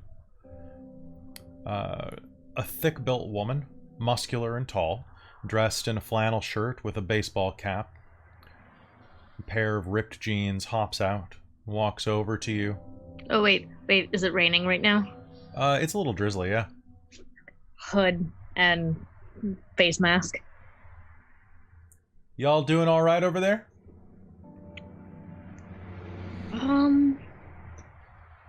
The car was making a weird sound.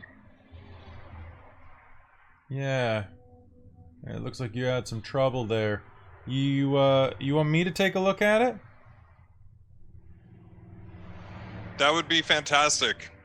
I thought it was a rod, but everything looks right. Huh. You have a toolkit? Should be, yeah, should be one over here, and I'll hold the light for you if you want. Sounds good.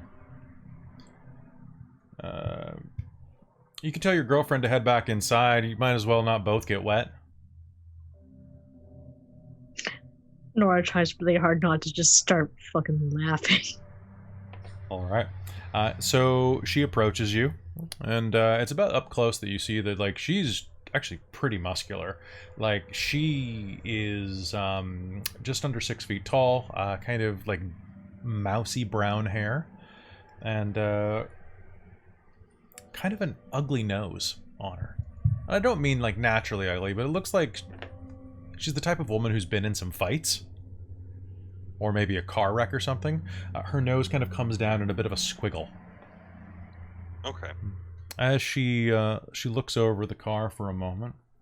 Thanks for pulling over. Yeah, no problem. It happens out here. Where are you guys headed? It's pretty late. I think we were hoping to make a... Oh, I forget. Sorry. Cowichan. What's after Cowichan? You guys not from around here? No. You guys aren't from America, right? Oh, You're not one of No, those... sorry. You're not on your way up to Alaska? No, we're Gross. not going to Alaska. We're from Victoria. Well, hell, Yeah. you should know the island better than that, but hell, I don't blame you. I'd want to get out of Rona Central, too. Chris doesn't remember. No, Let's we were see. trying to do one last kind of trip for the end of summer before the weather turns gross, Oh, yeah. and before we had to have the wheels on the cars be made for going over the Malahat. Huh. So just one more last trip before the weather turns. But we got stuck. Yeah. You said it made a noise? Yeah. I Yeah, wonder. it was a loud bang. I could have sworn it was the rod, or one of the rods, but There. Hold on. She's gonna reach down into the engine, like just around the side of it. Not into the engine, you can't do that, so nobody comment. But, like, basically just around the side. Now, here we go. She'll undo a couple of things and reach down and pull out a dead bird. Huh. How did that get there? No idea. the hell? What kind of Okay. bird is it? It is a pigeon. Oh. Whereabouts was it? Can you show me? Shouldn't they be Mm. sleeping right now? I think maybe you woke it up with your drive. It was just right around down there. Probably built a nest in this thing. Fuck. You gotta watch for that. Cats will climb up in there too. Especially in a farm. If you guys are headed anywhere near a farm, watch out. You don't want to get any pussy caught in that thing.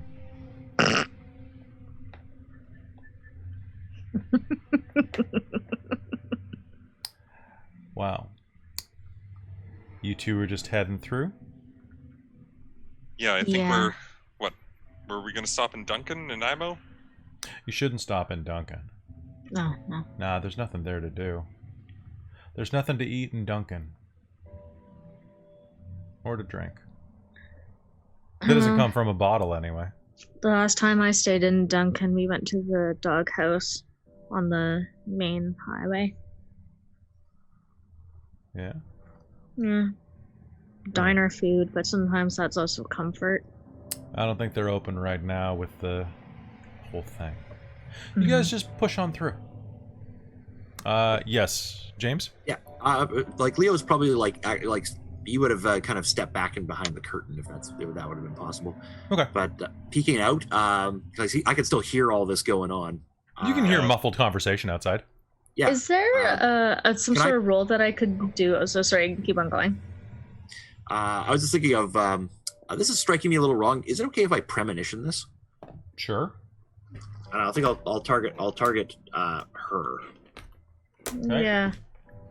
And what were you I'm- going to ask? I was gonna ask something similar, like along the same lines, but I don't have an ability for it. But could I do something like an insight on her or the situation? You can give me a wits and insight roll.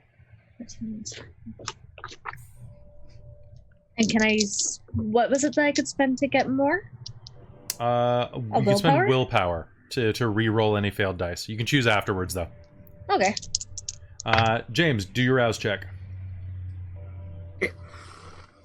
And zeros just count as one, right? Zeros just count as one unless you roll 2 of them.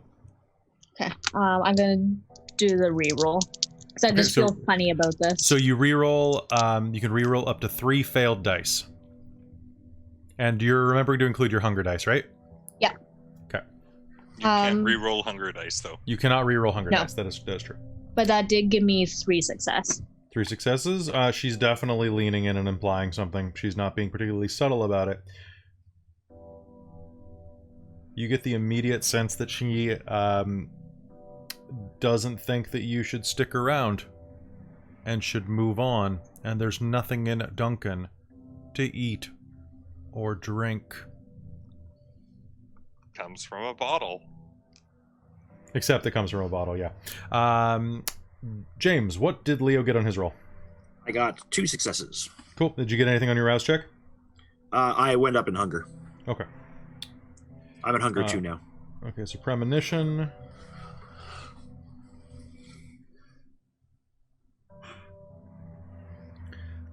You will get a sudden flash of police lights. Blue and red striping up the side of the RV. You'll see, and you'll hear the sound of knuckles cracking, but dozens of them. And the sound of ripping fabric. And then the words, "Move along."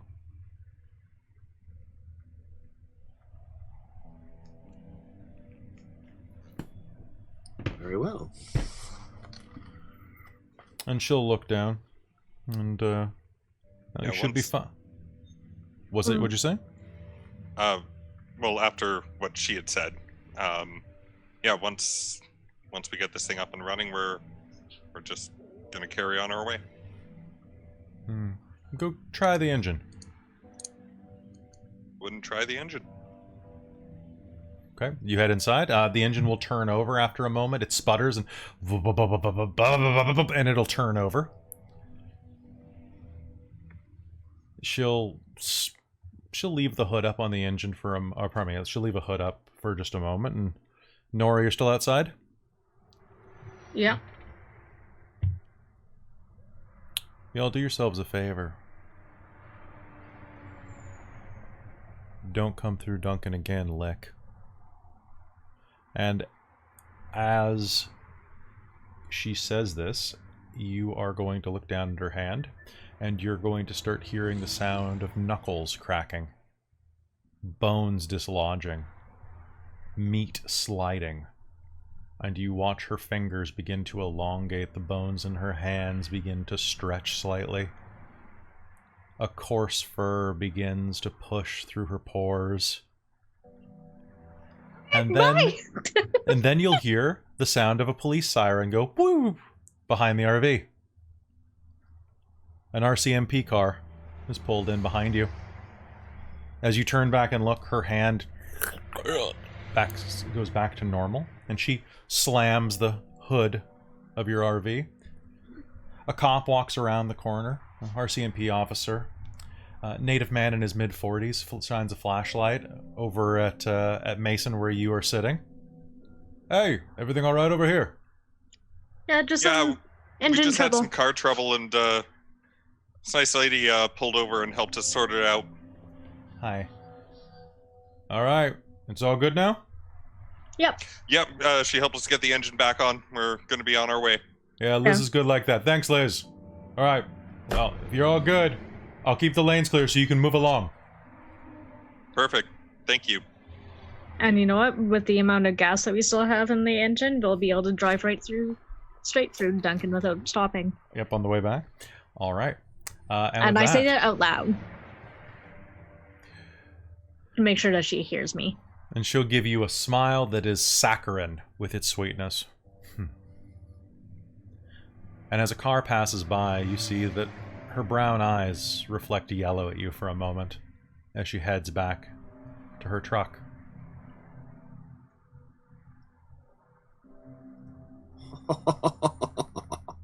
I can't believe it. Hey, what was her name? Let's go. So, Leo, you didn't see any of that, by the way. Yeah, Okay. what was her name? Like, apparently her first name is Liz. Liz. But she kept the hood of the car up to block all of that. So, Okay. Mm-hmm.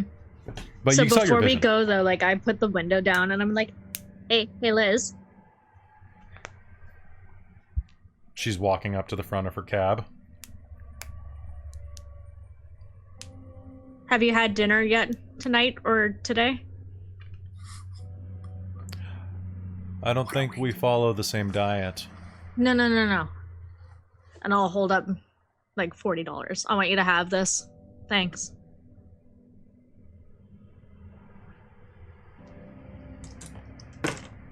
You know what? She'll take you the money. Yeah. Thanks for helping us out. We'll be on our way and we won't cause trouble. Yeah, appreciate Good to it. hear. Thank Y'all you. have a safe trip. Thanks. And with that, she'll head back into her truck. And as you're driving up the rest of the hill, you can see her headlights seem to follow you for a moment, even as she's parked. Those watchful orbs keeping an eye at you in the rearview mirrors as you head off into the darkness. Ow. And I think that's probably a good place for us to take a quick restroom break. So guys, we'll be back in just a moment. Yikes. Don't go anywhere. Y'all didn't get That's it. good. Congrats. Yay!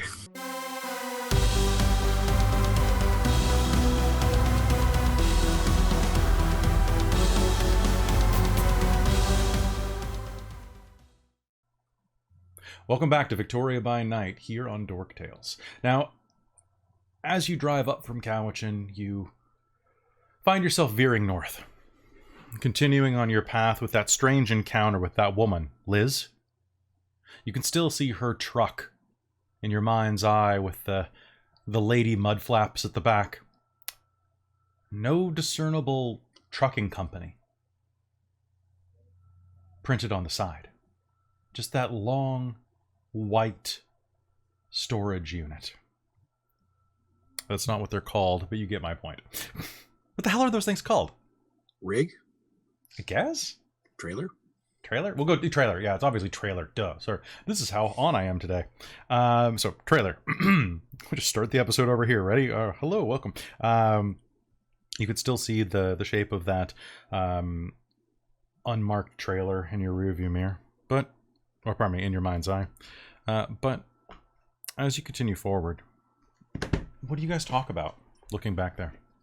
I'll talk to them about what I saw. So go ahead. Let's hear. I want to hear you describe this. Go. Just in the shower. Are you gonna make her come out of the shower? Because she went back to the shower when the truck broke down. So you're in the You're gonna shower. make I her just want to come out? confirm that you're in the shower. Well, would the shower work while the thing was turned off? Or would No, it have she's been not. disabled? No, she's sleeping in the shower. She's not using the Oh. shower. That's where she's sleeping. Wesley, get out of the shower. Okay. Yeah. Guys. What? You didn't see that, did you? See what? I Didn't was in see what? What did you see? Yeah. Is it anything like I saw? No, she The lady that was just I- helping us with the engine? was she one of us? Because she called us licks, No. and she made it seem like she knew Okay, our diet. She's something weird though, because I was No, like no, kept hearing the cracking of knuckles. Guys, let me talk. Thank you. Okay, so her hand.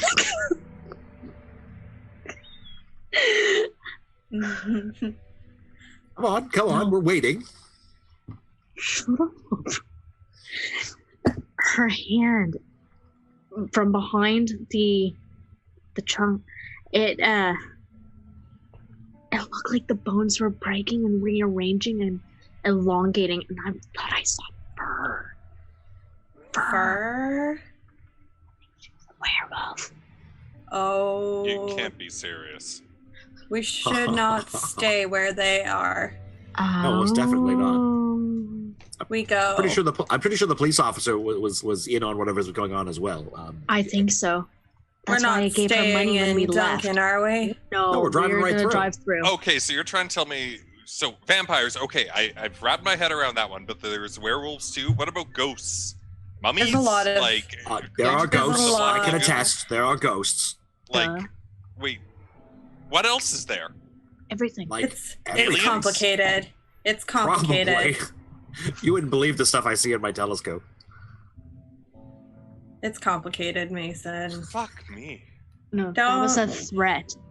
Make sure Oh. that we don't overstay and be in their territory. So we gotta go and be out of here. I'm going to How pick up the pace many a little other bit, Kelly. towns? We Go continue ahead. down the highway. We were not welcome. Yeah, I was trying to keep relatively close to the speed limit, just because I don't like attracting police attention. But we'll pick it up a little bit. All right, so you're pushing past Shemanus at this point, heading down toward Ladysmith. You've got about another 3 hours of driving ahead of you. It's about 4 a.m. I'll keep going, and let me know when she stops following us. You can't see her anymore. Cool. Keep going. Mm-hmm. Just don't make any unnecessary stops while we're in Duncan. I think it's I'm there. not planning on stopping unless it's to get gas. Yeah. Until we're there. How's our gas doing, by the way? Pretty good. How is our gas? Good. Awesome. Pretty good. You can drive quite a bit. It might also, the next chance that we get, it might be good to maybe have an extra jerry can or two, just in case. So a Class A motorhome RV with a 100-gallon gas tank filled gets about 1,000 miles. You're probably fine. Okay, I'm just worried Excellent. now. So a 25-gallon capacity B class will give you 400 miles, which is well enough to get to Tofino. With some spare. You pick up the pace, pushing through Ladysmith, seeing its landmark sites of that A&W and that Tim Hortons, and once again plunging into the darkness of the wooded area with the snaking highway winding through. I'll go back to a more reasonable pace now that she's not following us and we're away from Duncan. Okay. As you push forward, are you talking about anything now, or just going? So what else is there that I need to be worried about? Well, as I said, ghosts are very real. You have to watch out for them. They're all over Victoria, by the way. Old city, like the place is just infested. It's like roaches. I'm If I making a may- podcast about it. If I may, it's not just ghosts either. As Leo is very interested in the magics of my particular vampire clan. Oh yes, do tell me all about the blood sorceries. I must know everything about the blood sorceries. We I look work forward with to our very next lesson. complicated, not very nice entities that the church is called demons. And that is what my sire threatens to feed me to if I make a mistake and fuck up. Have And you considered Mason, like leaving your sire? Because it sounds like you have a very caustic relationship. Well, I don't know what the consequences of that are, and I'm not strong enough to confidently feel like if I were to get in a skerfuffle with him, I would have a chance of survival. Did you just use the word skerfuffle? Skerfuffle? An altercation. Oh, An altercation. I just thought it was adorable. but no, Mason, I'm actually very interested in like whatever goes bump in the night. So I've been making a podcast about my findings and trying to uncover more. So you should follow me. How exactly do we follow your podcast? Online, you can, Would we say it's something like on Podbean or a similar thing like that that's not YouTube, Kelly? I mean, you could say it's on the Apple Store, you could say it's on Spotify, you can say it's on anything. You could make one up. You could say that it's on Peapod. Are those ones like a lot of them? Do you have Spot. to pay to use the service to upload, or can No, you they're just... they're freeways. Yeah. I'm trying to find basically once you get an RSS feed, you can upload a podcast to most any place. Okay. Wait, so do you mean follow you online or follow you while you are looking into this stuff? Oh, I was Online. mostly meaning online, but you can follow if you want to, like, go along, I guess. So we've got ghosts, werewolves, and vampires. Oh my.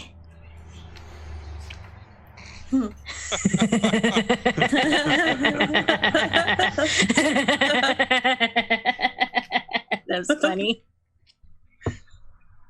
Well done. Well done. Oh God. Yeah, I'm just trying to document what's out there. You know? Have you considered writing it down in the book? We can add it to our library. I could probably have some sort of transcript that goes on my podcast. You know, like TED Talk. What's TED Talk? Oh, honey. I'll show you. What? When we get back, I'll show you. Oh, okay. Oh gosh. I'm not using my data out here. Fuck that. True that. All right, with that, you will find yourself pushing past Ladysmith, actually up into Nanaimo, and you will soon see Nanaimo, city of... Seven potatoes. No, sorry. That's an inside joke. What the hell is Nanaimo's slogan? It's like, there is water here. Like, it's... Do you want me to look it up for you? Oh God, please! Isn't It's it something. like city of the sea Yeah. of something? But basically, we'll see the plaque that says, "You are now entering Nanaimo. Welcome." Yeah, it's this big ass plaque with like a boat on it. It's City of Nanaimo, the crime. harbor City city. of crime. For those of you who are not from British Columbia, here is a BC joke about Nanaimo. Perhaps you've heard that Nanaimo is named after a confectionery called a Nanaimo bar, which is a chocolate bar with custard and Delicious. coconuts. They're really delicious. So with that in mind, James, what's in a Nanaimo bar? Sorry, one more time. What's Nanaimo bar. What's in a Nanaimo bar? What What do you find in a Nanaimo bar?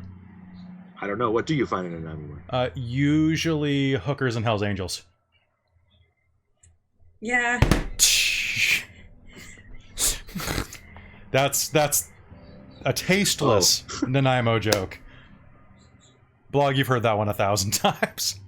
The harbor city. Is it just the damn harbor city? Mostly just the harbor Actually, I city. think that's the first time I've heard that one. Surrey by the Sea? Oh, that's awful. That's awful. It's accurate. well, I hate to say it. If you Google it, it says Nanaimo is a city and ferry port on the east coast of Vancouver Island. Okay, I was about like, whoa. In British Columbia, Canada, at its heart, Nanaimo Museum displays exhibits on the city's industries, indigenous peoples. Near the harborfront walkway, the bastion is an 1853 wooden tower with cannon firings in summer. That talks about the shops and the city hall. It's Nanaimo is an industrial city with a lot of it's basically a harbor town with a lot of the stuff that goes into Vancouver Island comes in through Nanaimo and circulates down. So it's a working class city in a rather bougie island. And I'm gonna do one last thing for you. So here's a meme. Oh no, meme. That every day I wake up in Nanaimo.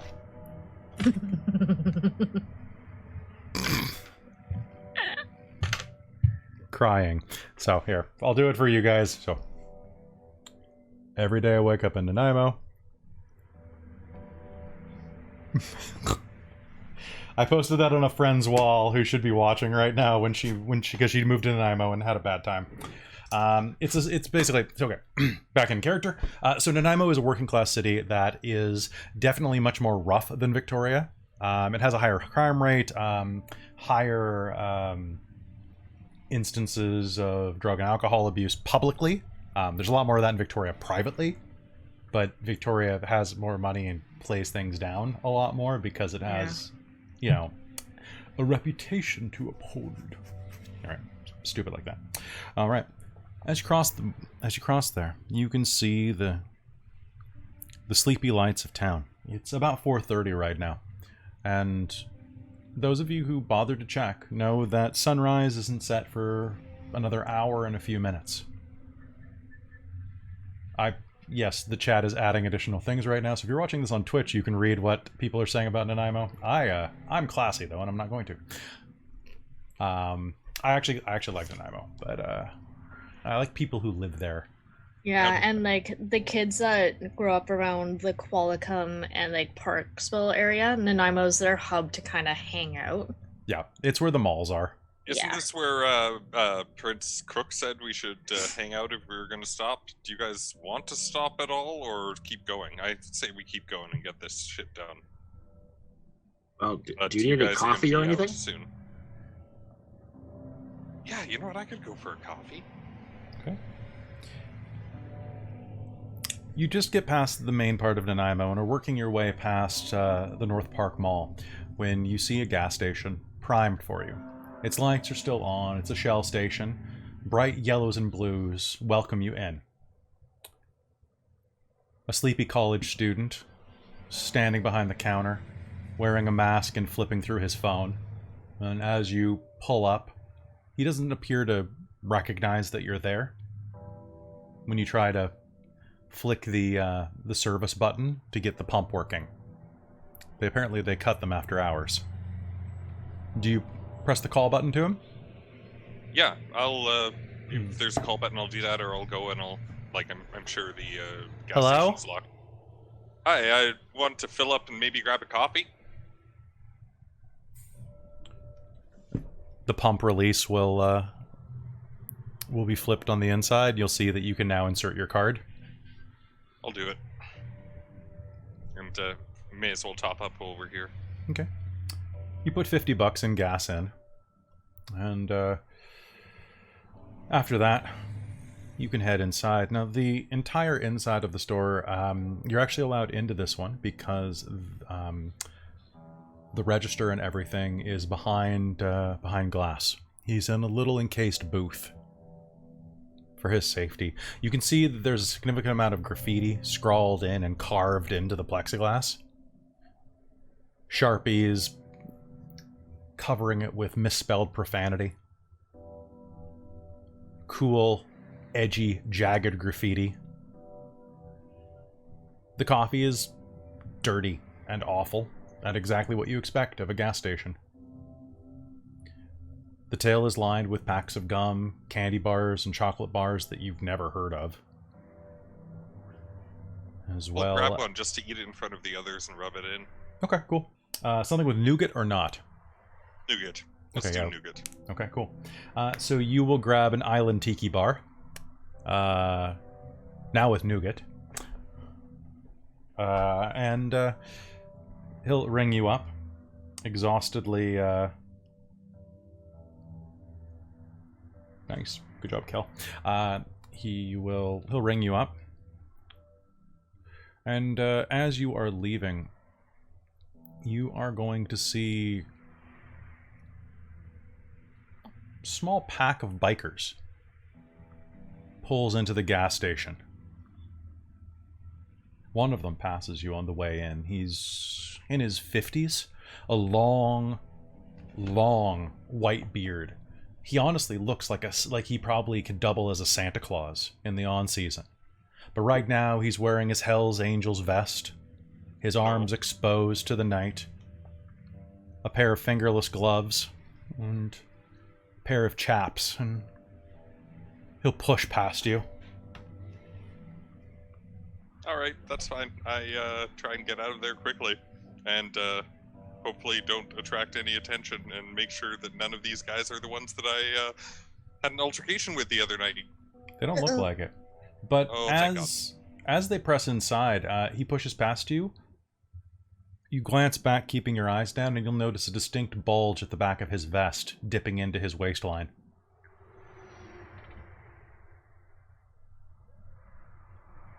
Not my business. I Okay. keep going. Moving forward.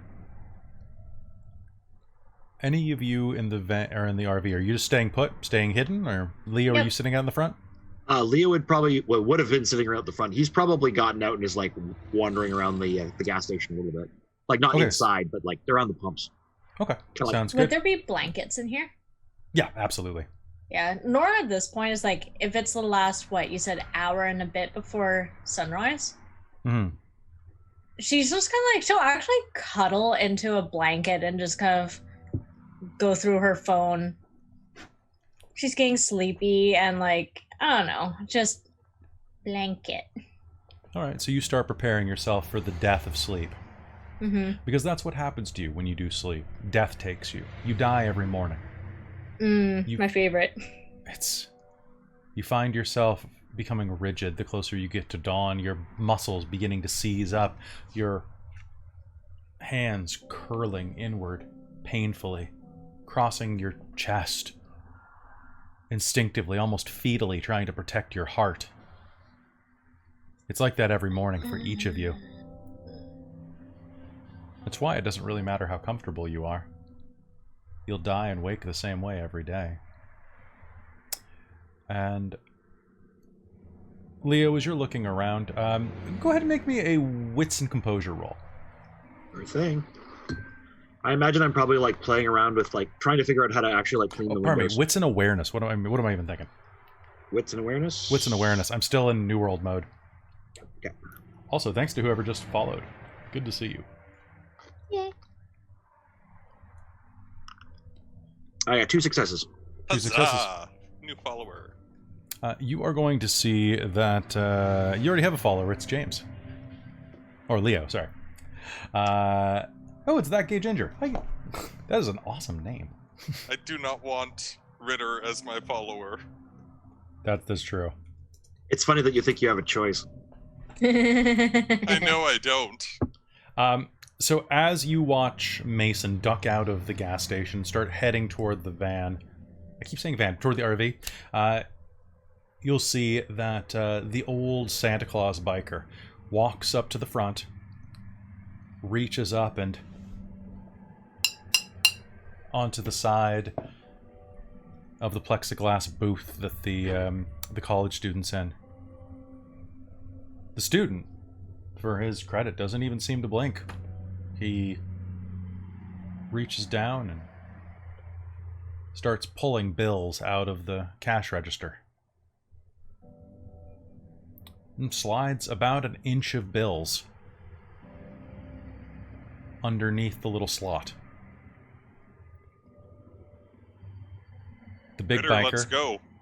pockets it and bangs on the window again.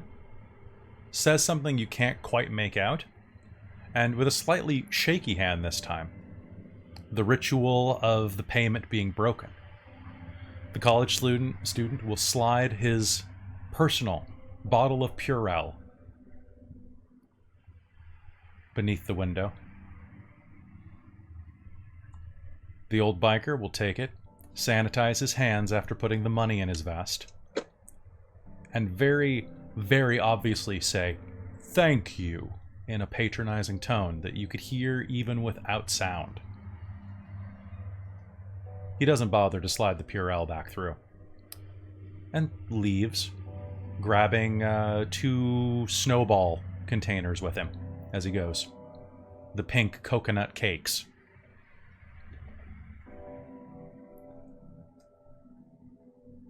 What do you do?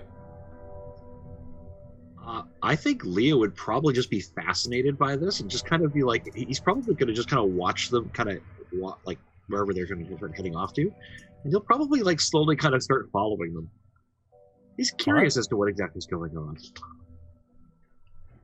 As you Ritter! Are you visible? Probably. I'd say probably not. I'd probably go invisible. mind then. Okay. All right. So the chat just reminded me that there's a new Mel Gibson movie that's coming out where he plays Santa Claus going on a rampage and killing someone who's trying to kill him. This is basically Mel Gibson as Santa Claus. This is what this guy looks like. So if you guys want to quickly Google Fat Man Mel Gibson, that's what this guy looks like. I I'm not endorsing that movie even slightly. The trailer's worth a watch just for the pain of it, but he heads back. Right? That's what this guy looks like. He heads back over to the rest of them and... Did you get it? One of them says. Yeah, I got it. Little fuck. He knows where his toast is buttered. Okay, well, what else does Roth want us to do tonight? That's about it, I think. Just keep an eye out. Yeah. Like this? One of them nods at the RV. Yeah. Like that. They smile, just kind of feral at each other with gray-green teeth jutting through their beards.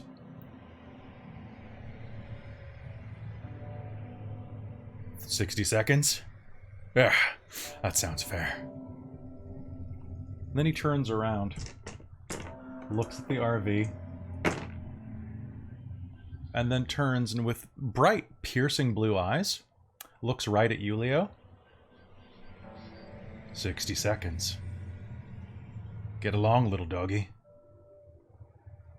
Leo would grin at that. It'd be like, I'm going to make him bolt. I'm going to go sprinting back towards the RV. This guy's gonna fuck me up. Well, if Leo's obfuscated, and I don't know if he's not in What you'll the, see is this vehicle. guy turns and goes this, "Get along, little doggy," and kind of finger guns, like blank space. Yeah, Leo will drop at that point and just go. I drive away. Okay, you gonna wait No, for if Leo? if I see Leo, I'll wait. But Okay. if I don't know he's not in the vehicle, then Hey guys. All right, so you're going to floor it, pulling out and hitting the highway, heading north, starting to make your way toward Koalicum. Leo, you're in the car. The van's moving, the RV is moving at a pretty good clip. Are you saying anything as you get in? I think we need to go faster. I think those guys are coming after us. Can I get an initiative? What roll what the off of hell everyone? did you do to them? Oh, Nothing. no. Hey, look, they were not normal. They were not normal. Oh wait, we don't do initiative in the system anymore. No. What am I Are talking there? about? Wait, I are was you like, saying how there do are more I do? vampires Yeah. They're more something, all right. or werewolves or whatever? Behind you, you can hear the sound of motorcycles gunning. Oh, Do you wanna no. find out? Leo, what the I'd hell rather did you not. do? I did nothing. They turned around. That and is like, a lie. Mason, Drive. did you We I don't bring have a time gun? to driving. argue. We don't have time to argue. We don't have time to argue. We Oh, gotta I can go. argue. I can argue and yell, and I can bitch out fucking Von Ritter No. while I'm Okay, driving. Okay, can you No, argue, no. yell, and drive? Yes. There is a sudden sound behind you of a gunshot and a That- ripping noise as a bullet punctures the back window of the RV, flies through the front, and shatters the or cracks the front windshield Ooh. right next to your head. Son of a bitch. You guys, I sent you that song earlier. Oh, Oh, no. Yay!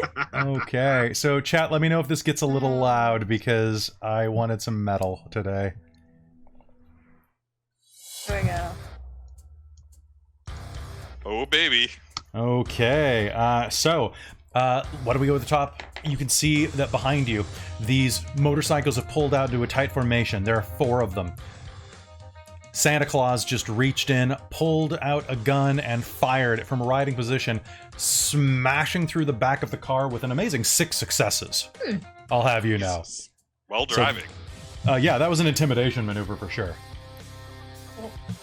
Maybe they don't want us to deliver our message. Uh-oh. Well, we still I gotta don't go. think that really. How that do doesn't they really even matter know now. about that? Oh, my God. Maybe someone sold you out. Who's acting? Okay, Leo, what are you doing?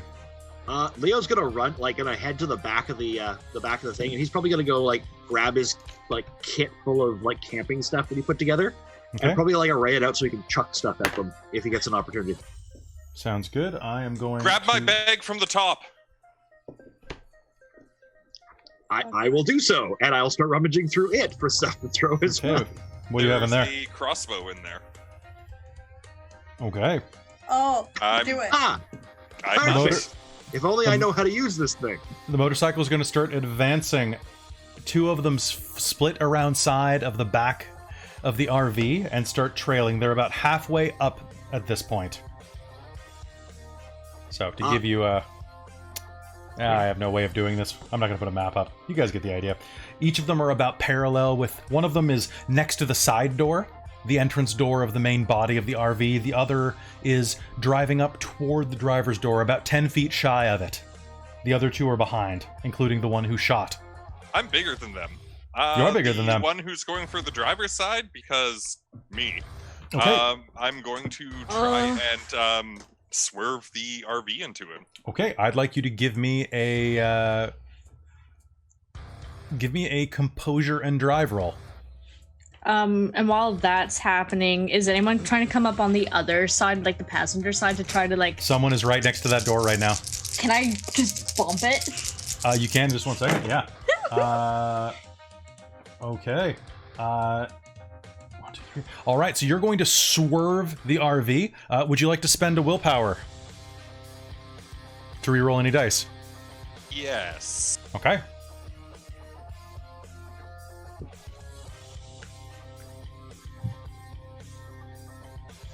Sorry, I lost my roll there. So you had 3 successes originally. Yep, okay, 1 second. Willpower. These guys are only good at one thing, and it's this thing. They can't do their taxes or love their children to pay their lives. Save their lives. 5? 5 successes is enough. You are going to slam the side of the RV into the motorcycle, which is going to tip it over just enough that the wheels get jammed a bit underneath the RV. That bike is going to be toast, and 1 moment.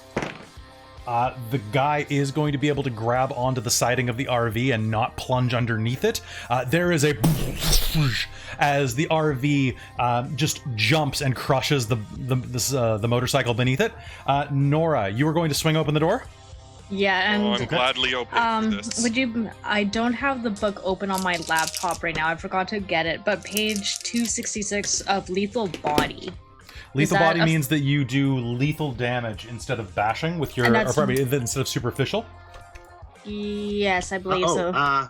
It's lethal body? Lethal Body, page 266. Yeah, the user's unarmed attacks now do aggravated health damage to mortals. Sorry, superficial or ag, that's the way it works now. Yeah. That's right.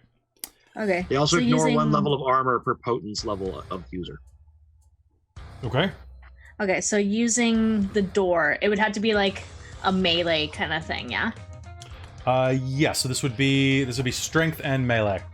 Okay, cool. I will warn you, if you succeed too much, that could be bad for the door. Okay, but strength and melee? Strength and melee, and I'm going to contest with dexterity and drive. I'm rolling really well tonight. I'm just going to warn you that in advance. Those 4 successes. 4 successes. Would you like to spend a willpower or do a rouse check for more dice? Don't forget, you can always do a rouse check for more dice.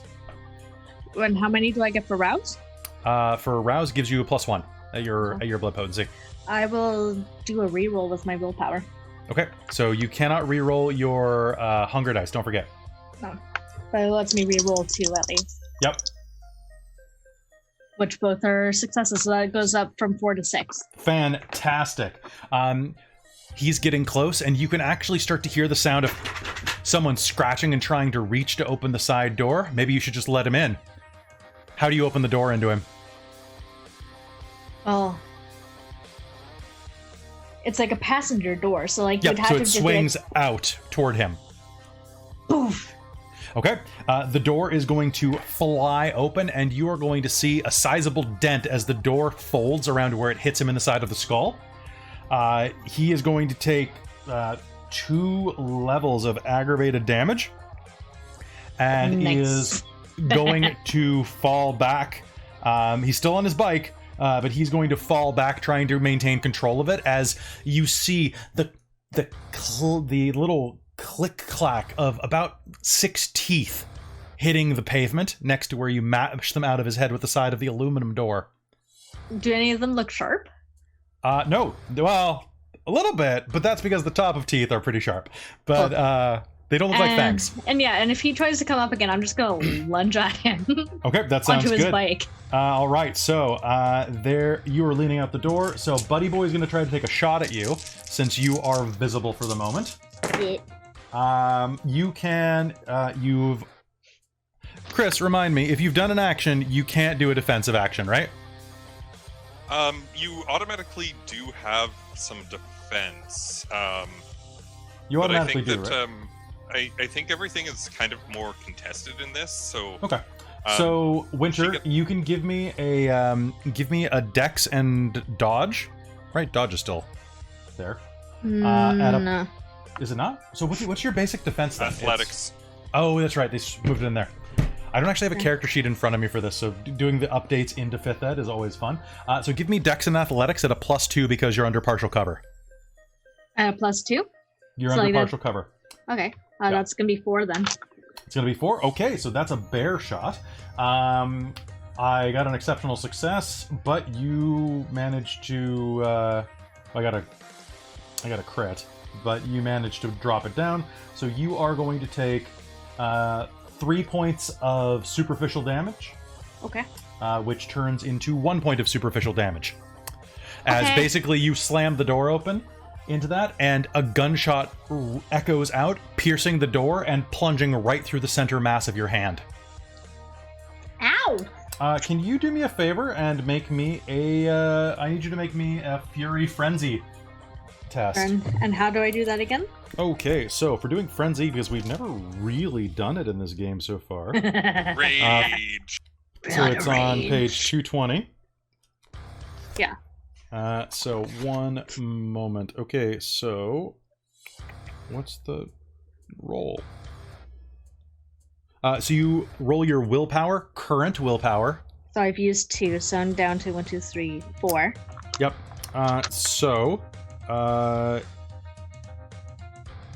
You are incredibly angry at this person. You need at least 2 successes. So and that's all it's just willpower, nothing else? It is willpower, yeah. Just your willpower. And don't forget that you use your hunger dice in this as well. Mm-hmm. Okay, tell me what you get.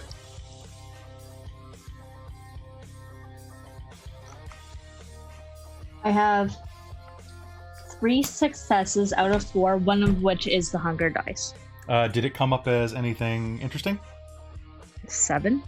Okay, so it didn't come up as like so if you ever get a 10 0, yeah. and a 0 on another dice, so you are going to hold your frenzy back, kind of swallowing your anger down, but you want nothing more than to clamber along the side of the RV and leap onto that motorcycle and split that fucker's head open like a grape. Okay, Nora, you've acted. Naomi, what is Anna doing during this? You said somebody, Mason crashed into that motorcycle, and So then that guy's clinging on right now? He's clinging on basically on the other side of the wall from the shower.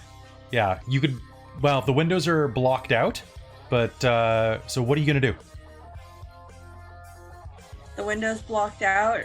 Is it big enough that if I were to quickly uncover it, I could maybe hit him with something? Sure, yeah, you'll have to repair it later, but you can rip it out. What do you have to hit him with? Is there anything in the RV that I can quickly grab? I'm sure there's like maybe a bat or something. There's not a bat. There is... tools. There's tools in the box. There is Wrench? the toolbox that Mason set down. Yeah, it's going to be on the seat. A wrench, a hammer? Yeah, what do you grab out of the toolbox? I'm going to grab a... yeah. You just grab something at random? Yeah, whatever feels the heaviest. Okay, small is sharp, high is heavy. Aim for the kneecaps. You are And the going hand. to grab a 3-sided metal file with a sharp point. Ha! It's Perfect. And you can go ahead and make me a weaponry, a strength plus melee roll at a +2 because he is technically prone. Okay, so +2. And he is going to make a dex and athletics roll. Where's my... Holy crap, what is with my dice tonight? That's my hunger dice. You just want to murder us again. A little bit, yeah. 1, 2. I have all successes on 5 dice. You have 5 successes? Yeah. Okay. So where are you aiming for? This is a point. You know what I'm. Yeah, it's So like. he's like clinging on to the window frame, which you're just going to slide open. Is juke, and What's the closest body part then? Probably his face. hands? His face? I'm His gonna face is take like one of the blunt sides and just fucking like whack him right square in his forehead, like smash, smash. Okay, so you are going to deal. That is going to be 1, 2.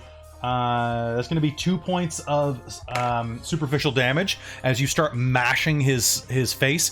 You can feel the sound of his his eye starting to swell up even as you're bashing him. It's so great. So his action was trying to dodge you. So with that, Mason. On your left, you can see that one of the bikers is trying to zoom around. He dodges the motorcycle that gets run over and starts moving around toward the driver's side. But Leo, what are you doing? I think I'm hopeless with that crossbow. So instead, I'm probably gonna actually like grab one of the tarps and stuff like on the back and see if I can like toss it out so it basically gets caught up in whoever's following us wheels. Okay. So I'm crap shot, so I'm not gonna be able to hurt anyone with a weapon. Why don't you go ahead and make me a... What would this even be? This is going to be a dexterity plus... Suggest something to me. Do you have crafts? I do not. I've got streetwise. I've got insight. I've got science. I've got awareness. Science! Give me a dexterity plus awareness roll. That I could do. Yeah, give it to me at a -2 because this is definitely... actually, I'll just require more successes. That's the way this engine works. Okay. So, yeah, I'll just require at least 3... So you'll have a threshold of 3 before I start counting. Because this is kind of a weirder... Yeah. And I think I'll probably do a willpower to try to make that better. Okay, wait until after you roll. You might get all successes. I got 2 successes. Okay, so yeah, give me a willpower. I got 3 successes total. You got 3 successes? All right, so let me one more on just... Okay. All right, so you are going to let the tarp fly, and it is going to fly back like a sail, hitting the wind resistance and opening.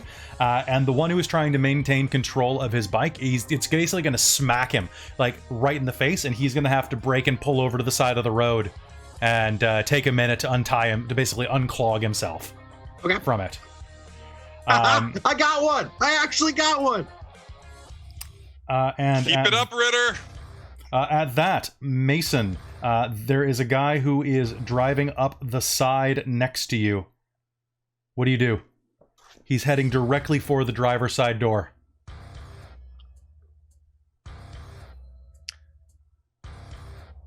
I'm gonna open the door and hit the brakes. Sounds good. He Nice. is going to... Brace yourselves! He's going to take this opportunity to hit you with a hatchet. Ow. Yeah. All right, so this is going to be a contested roll. I want you to give me a wits and drive roll.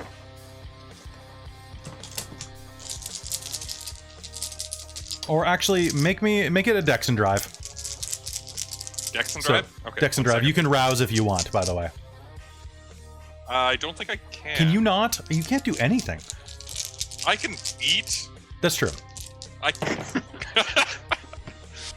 Okay, go ahead. This guy I'm is gonna really... willpower this. Oh, Okay. no. This guy's supposed to be really good at this. I'm just going to say he's supposed to be really 4. good. 4? That's good. Okay. So I'm going to say the door is a +2 impact because of your speed. So that is 1, 2, whoop, whoop, whoop, whoop, whoop. All right. He's going to take 4 levels of superficial damage as you slam on the brakes, and he slams into the door. He swings the hatchet at you, just barely missing you, cleaving directly through your seatbelt and embedding it, the hatchet head, in the side of the RV. He's going to hit it so hard that the wood handle of the hatchet is going to snap. There's definitely something supernatural going on there, but he didn't hit you. He is basically going to grab on to this is a 2002, I think I said. He's gonna grab on to the side of the door as he's still straddling the motorcycle, holding onto it by the window crank. For those of you, Naomi, a window crank is something that people used to have to do to open windows. Excuse me, sir. I had a window crank, like, car that I had to ride around in. It was my grandma's car. It's okay, Gen Y baby. It's okay. I was gonna say, I think the car that I just bought had a window crank, but no, that was the other one I looked at. That's fine. I grew up with one too. It's fine. I think the sudden stop might also interfere with what other people are doing this round. That's true. All right. So who would like to act? Who wants to do something? So the sun stop? Yeah, there was a sudden stop, so you probably are lurched a bit. Okay, but that also means that the other guy is now, like, closer to me, right? That's true. Santa Claus is coming right next to the door. Okay. I'm gonna jump. Oh! Jump on him? Yeah! Okay. So what we are going to do here is I want you to do me a... this is going to be a strength and brawl roll because you're at close enough range that this is going to be a tackle. Yeah, strength and brawl. And this is contested with my dexterity and firearms because I'm going to try to shoot you right in the freaking head. Oh boy. I'm going to spend a willpower on this because... So what happens if I get 2 10s? If you get 2 10s, they count as 4 successes. Oh, that's 4. 5, 6, 7. Brutal. I got 3. Okay. So, and Bye. also, I have to ask, Winter, was any of that part of a messy critical? No. Okay. So you are going to hear a gunshot go off next to your head. Leo, from where you were standing, where you threw the tarp, the door frame is going to deflect a high-powered handgun round as it just right next to where Nora is crouched.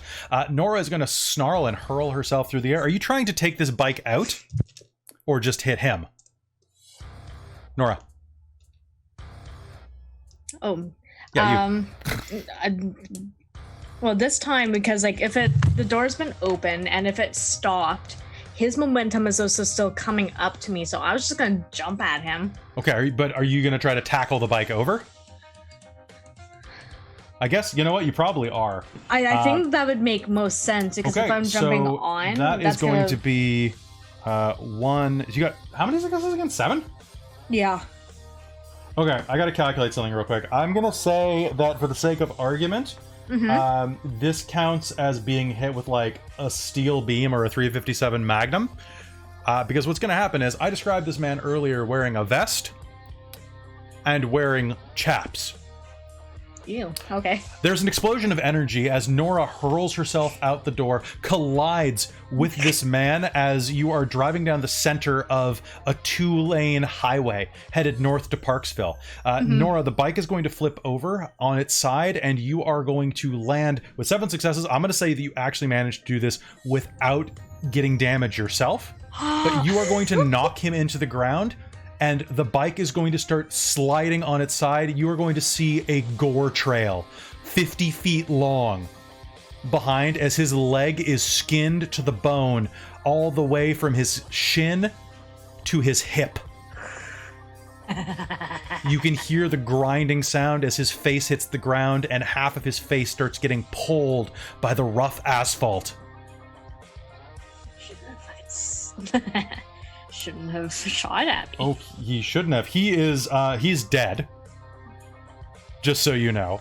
Okay. You are going to hear him scream as his throat and face are stripped away, and you see his eyeball actually pop against the asphalt like a runny egg.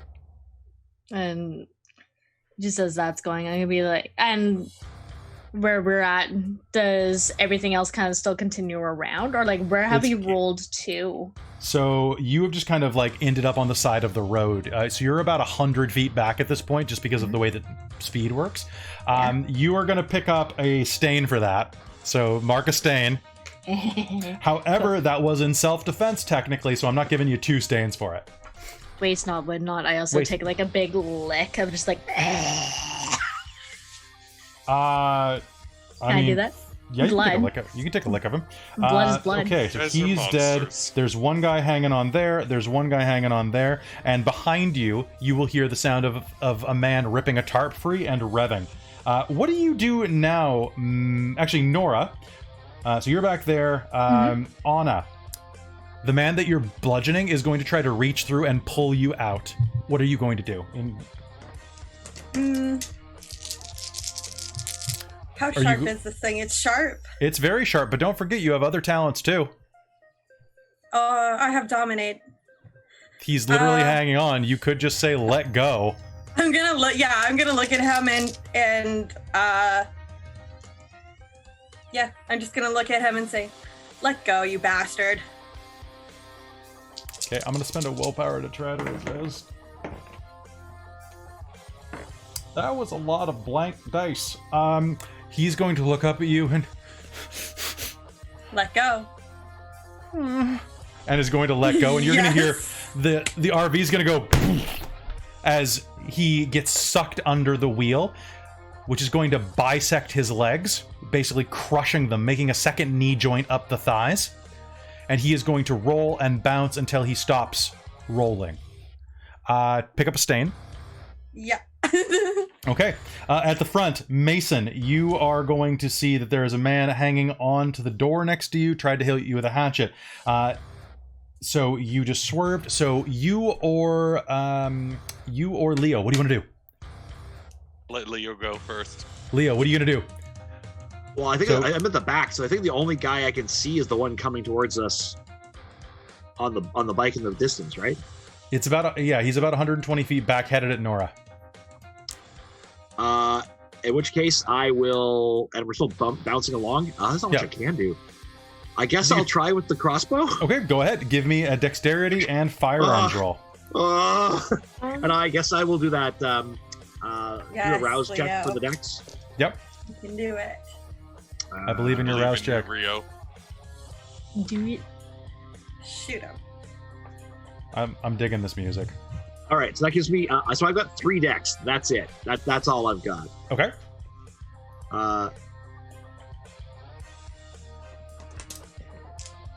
Do you have hunger dice on skill checks, or is it just like You have it on everything, basically. Okay. I got 2 successes Did you get 2 successes? somehow? Yeah. Okay. Huh. All right. So you are going to fire a crossbow bolt, and it's actually going to. Let me see what happens with that.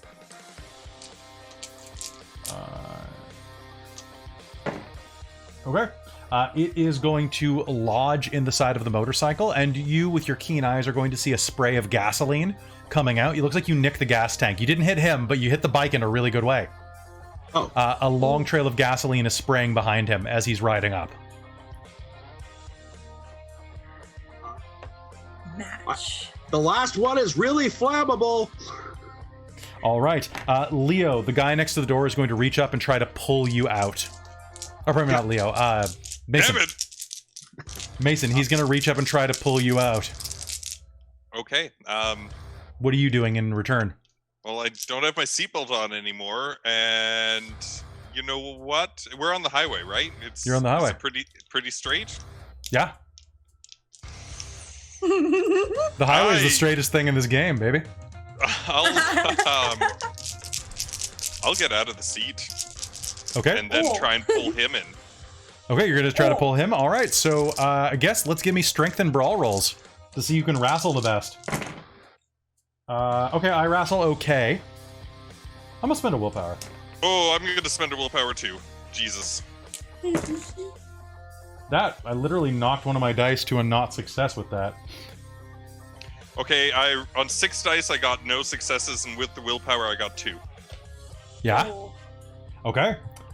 So, Mason, he's going to reach up, grab you as you try to grab him, and he's going to throw you bodily onto the road. You are going to take 1, 2, 3. You're going to take 3 points of superficial damage. as you hit the ground hard. You're going to feel bones start to disconnect. You still take the damage normally, right? For a kindred? No, I don't. Oh, you take it as for a human? As for kindred, yeah. So I still subtract. So you were going to take 6 superficial. So Yep, you take that's 3. You feel your bones begin to tenderize as you hit the ground and start rolling. You didn't fail by enough that you're going to get pulled under the wheel well or anything.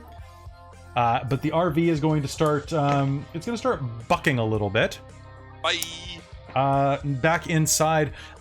What are the two of you doing inside, Leo and? I'm gonna run to the You're gonna front. you're gonna see him like bounce by on the road through I'm the gonna window. go into the driver's seat and make Okay. the fucking thing stop. We're Okay. gonna make it stop. Do you have any points of drive? I actually do because Okay, so you I can give me a composure and drive roll. You just need 2 successes on this. But this is a lot of machine to slow down all of a sudden. Back at the very back, Nora, you stand up off of Santa Claus as you see this hugely fat biker with something spraying off the side of his bike pulls toward you. He reaches back in his bike and pulls clear a long, rusted machete. Okay, And- Santa Claus had a gun on him that he was shooting me with, right? He did, and it is pinned between him and you, so you can actually pull it up. Yep. Okay, so give me a Dex and firearms versus my strength and melee.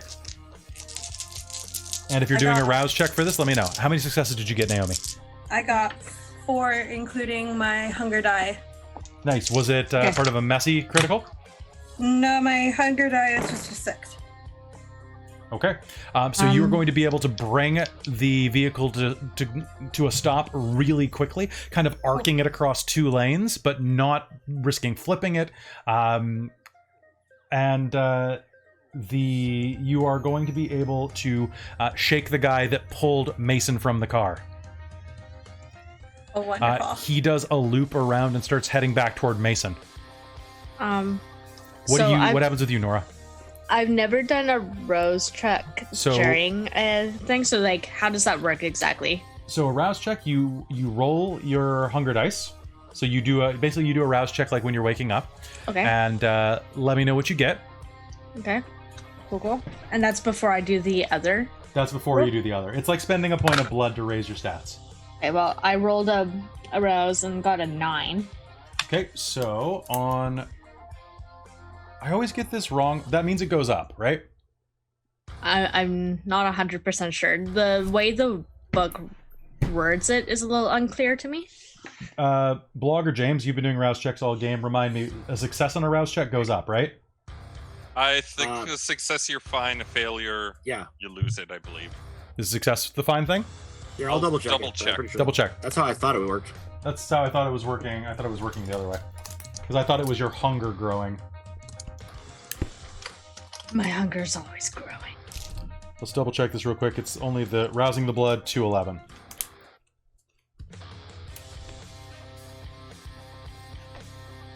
Yeah, because besides that, my roll would be dexterity, and I don't have anything in firearms. So On a success, the vampire's hunger remains unchanged. Okay, so yeah. Success means hunger is okay. Hunger is All right, okay. so that means that you can add +1 to your... you can add 1 dice to any physical action. Okay, so that will then take my dexterity of 2 and make it 3. Basically, yeah. And then, so you can add firearms to that as well. Yeah, so I'm just rolling 3 dice. Okay. Before that, it would have been 2. All right, so this guy's coming at you with a machete. He's going to try to take your head. I got 2. You got 2? You going to spend a willpower to reroll any of those? It'd be only a reroll of 1 dice. Is it still worth it if I got a 3 success? Yeah, Or not would really. I would say it's just better to save my willpower at this point. That's fair. All right, Yeah. so he is going to pull forward, Mhm. and I just got to check one thing real quick.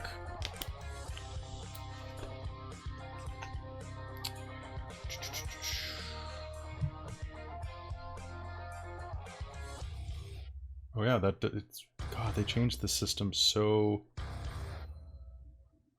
Yeah, okay, cool. Wait. Sorry, just checking one last thing on this. Mm-hmm. No, it's a little finicky, the rules on doing that one, I think. Okay, so nice. He is going to surge forward. You're going to fire, and the bullet's going to whiz past his ear. He is going to come up and embed the machete in the side of your shoulder, and that is going to deal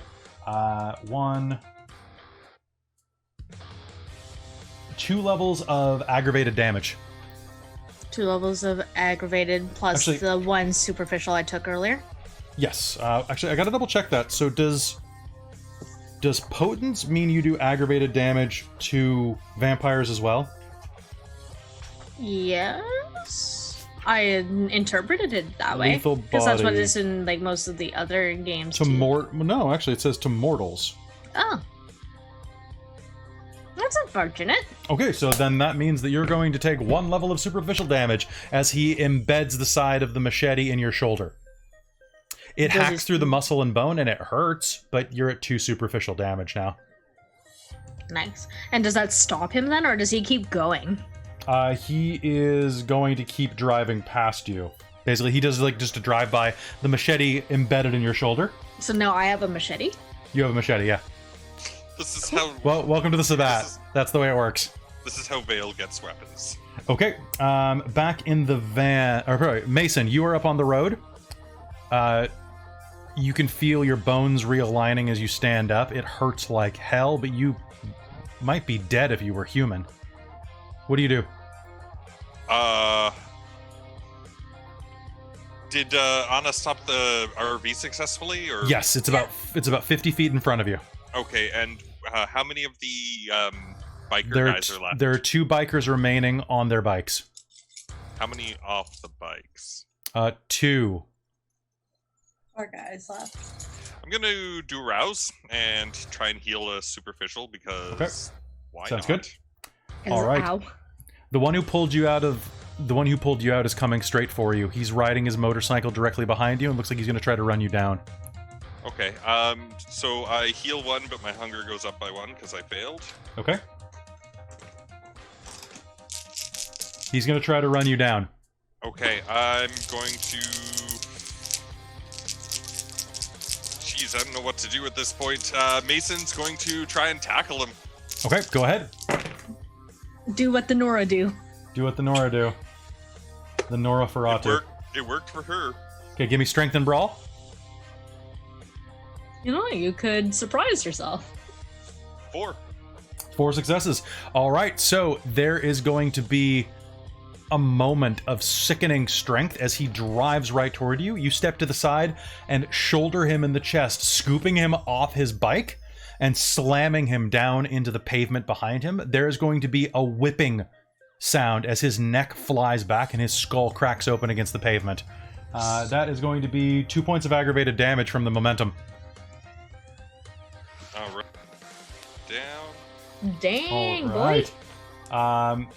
Leo, what are you doing? The RV is at a stop and you hear a motorcycle coming toward you. It's the one with the gas leak.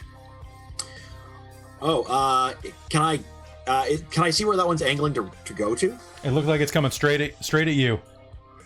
Oh, straight at me? In the back of the RV? Well, it's headed for the RV. Oh, okay.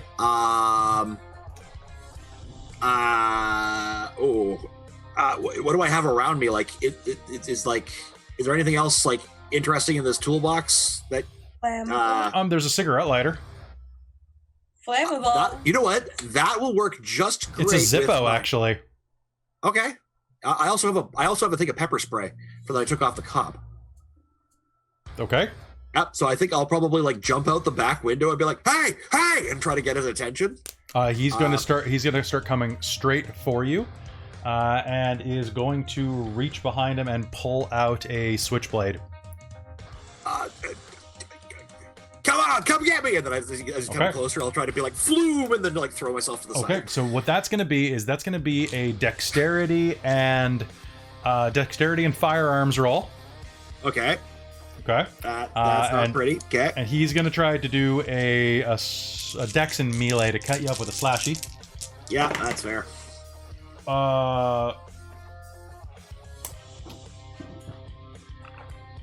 Well, alternatively, you can make me dexterity and science. Ooh, I'll do that, please.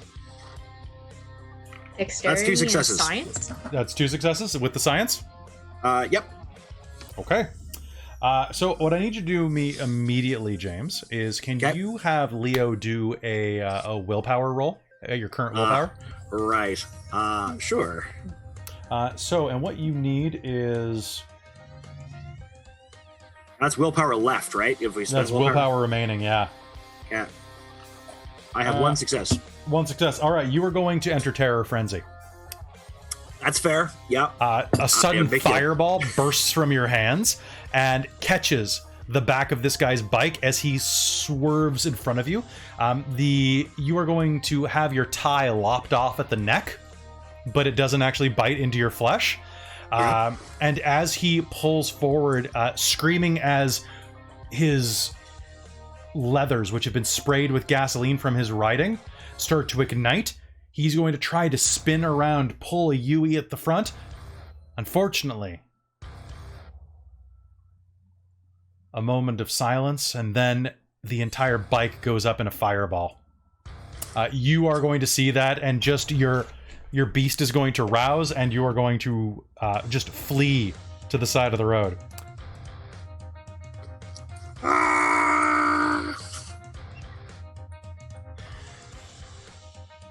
All right, and then it is just Mason on top of this guy.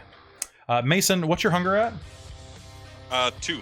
But I'm going to rouse and possibly heal, so maybe more. Okay. Yay, success. Okay. So you look down, and looking down at his body, you can see that he's barely conscious. You are hungrier than you have been in quite a while, and his blood is just splayed out on the ground. What's everybody doing? So, we'll get back to you in a minute, Leo. Yeah, that's fair. That's totally fair. Leo Okay. von Runner. Leo Von Runner. What's everybody else doing? Nora, what are you doing? I pulled a machete from my body. And the dude that did that to me is still alive? No, he just No. exploded. He's the one that exploded. Okay. Yeah. Merry Christmas. Thanks for the present. I walk up to the van and look into the door. It's pretty messed up. Inside, like how everyone's doing inside. Everybody inside. Well, Leo's gone. You saw him run off into the woods. Bye, Leo. It's just me It's just inside. you behind the driver's side. Are you just gonna back up and pick people up?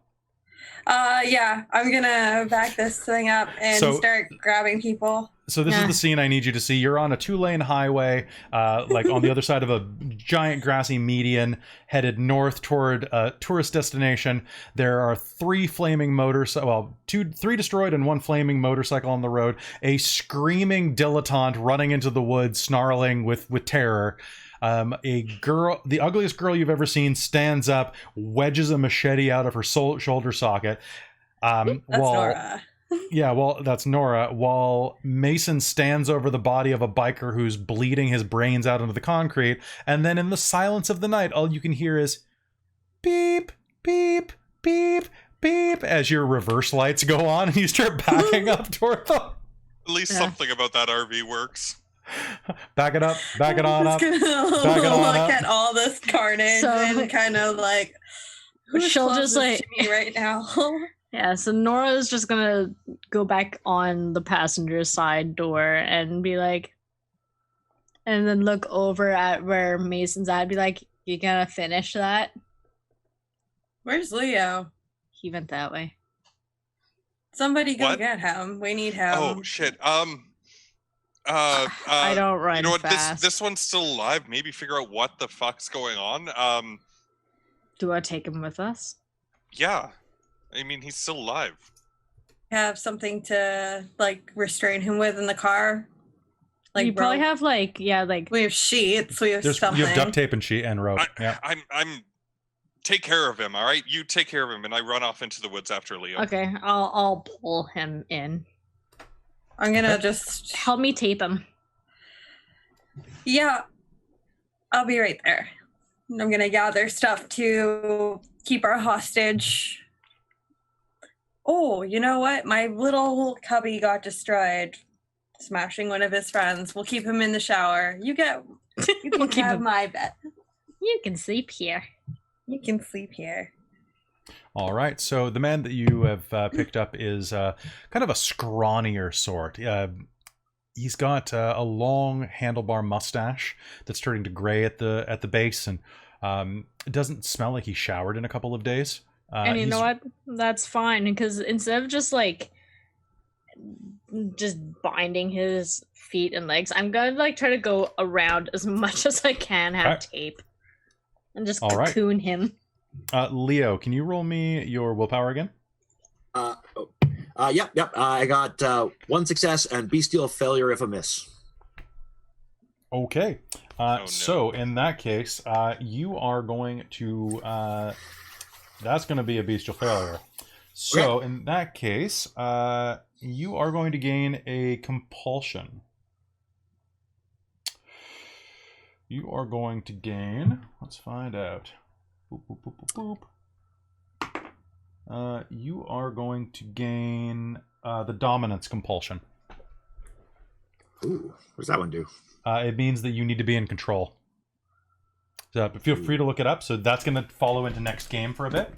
All right. So, and I think as a Malkavian, I also suffer extra stuff for that. I think you probably do, yeah. So check the dominance compulsion. Yeah.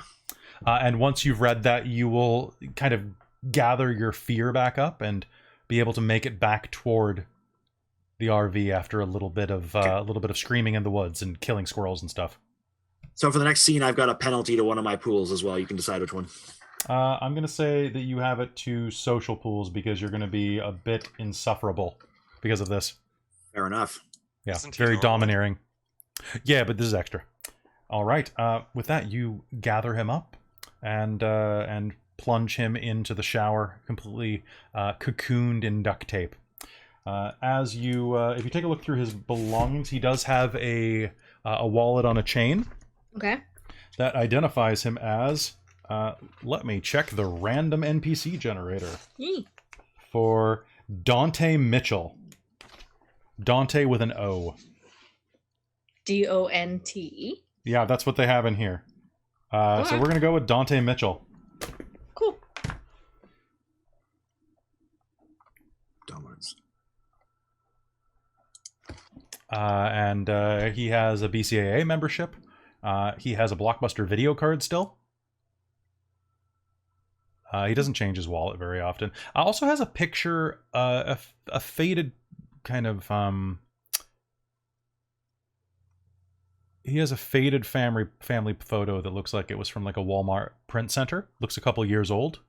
But you'll see that a pretty young girl in her late teens is standing wearing a gown and blue hat, like a 4-point hat, at a class of 2018.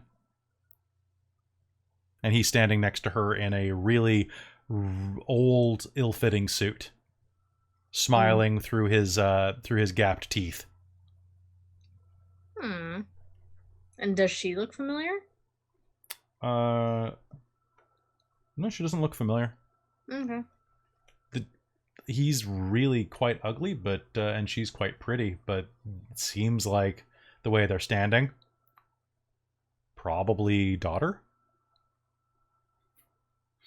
Okay.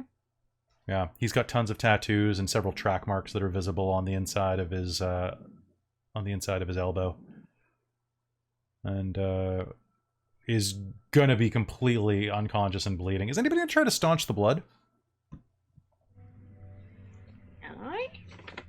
Have I returned by this point? Yes, you'll start striding up at this point. Leo will probably just come over and just like haul open the door. Moderator, we gotta go.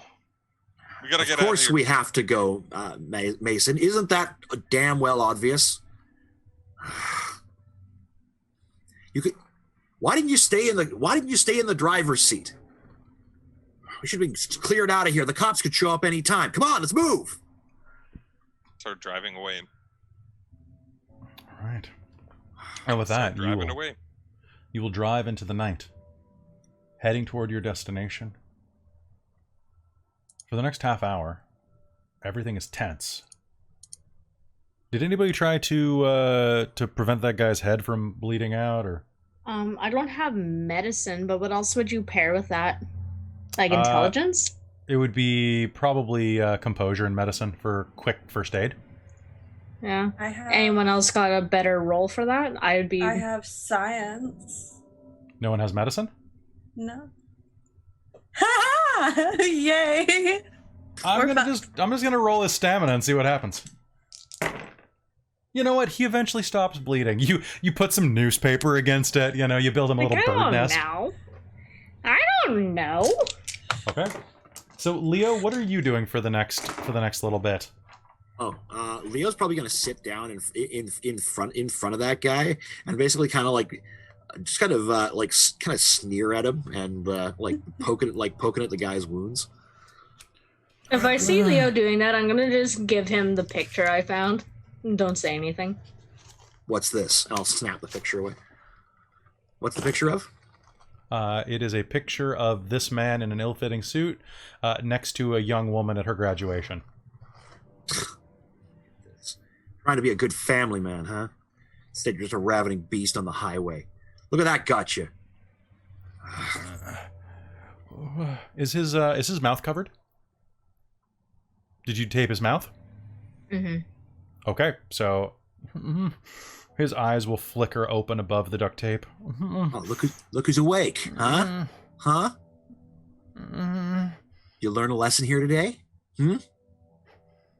Listen, yeah, look what we found, huh? Yeah.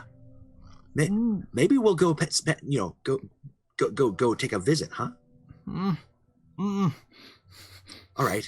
So listen, here's what you're gonna do. You're gonna tell me everything that you know, and I mean, I'll debate whether I, make use of this, and I'm gonna go over and rummage through the kitchenette and pull out a spoon, come over and be like, put the spoon down.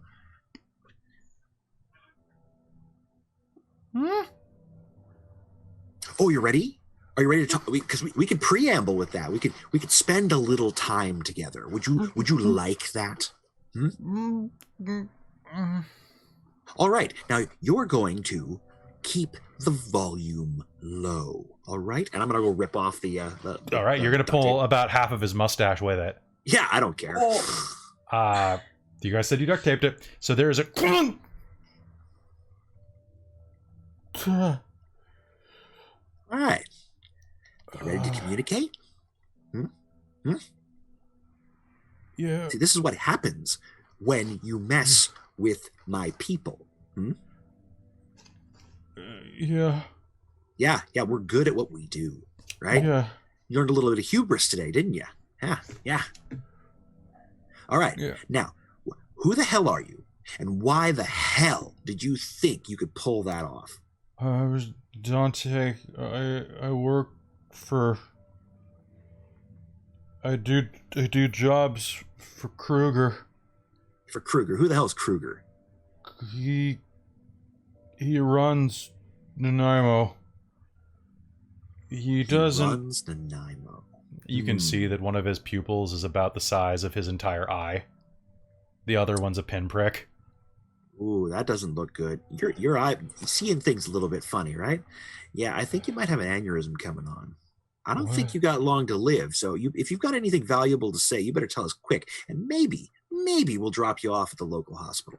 We were told to find any people in an RV like this, and oh, lovely. So we've been targeted by someone. Tell me exactly who told Kruger this.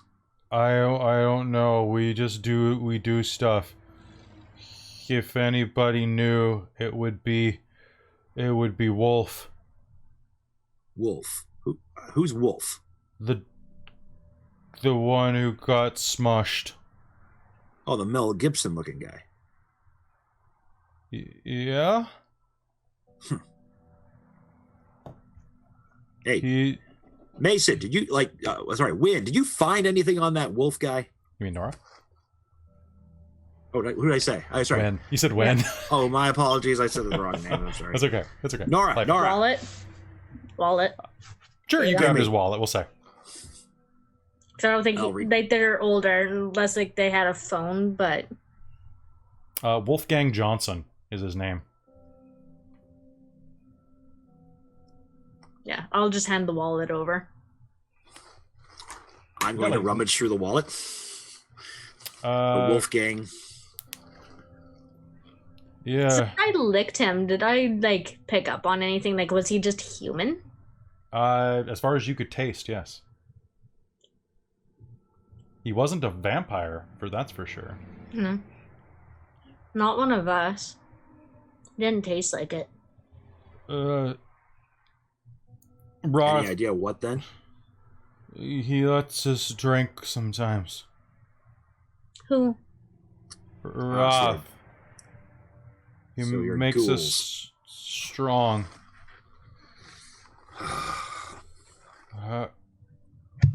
Oh.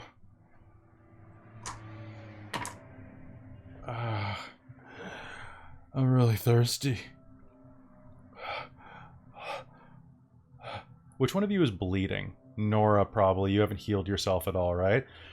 He's gonna start straining against his duct tape and start, like, leaning toward you, kind of breathing heavily like he wants to lick you. Like you're a fountain, he's a man in the desert. Okay, and would I know if I fed someone my blood, what the effects were?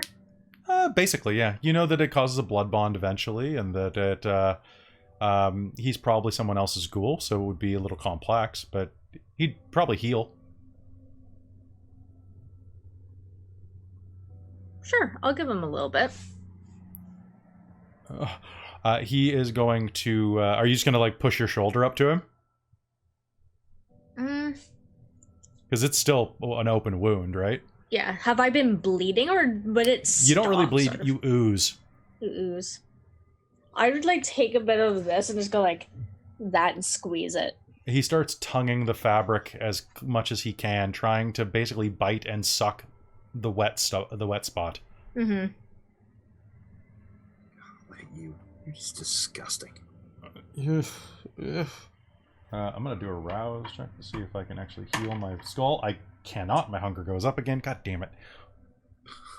I don't know if that's the way the ghouls work, but hey, it's the way he's working. I feel like that has to be the way the ghouls work. I think they so. succeed, but they still lose the blood.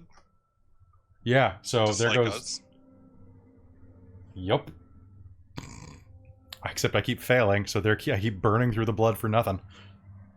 Well, I think he still gets healed, doesn't he? Oh, he does still get healed. Okay, cool. Yeah, his hunger also goes up, I think. You are going to see the back of the skull start to knit and repair, and his eyes start to come a bit more in focus. There we go. A little less pressure. Welcome back. We were supposed to stop you guys from making it through Nanaimo. I don't know why. Just please don't hurt my family. If you gotta kill me, that's something, but don't hurt them, please. You said Wrath was the one that was giving you blood. Roth Kruger. Roth Kruger. Where can we find Roth Kruger? Mason, we might have to make a detour and deal with this guy. He's usually at a bar outside of town. Which bar?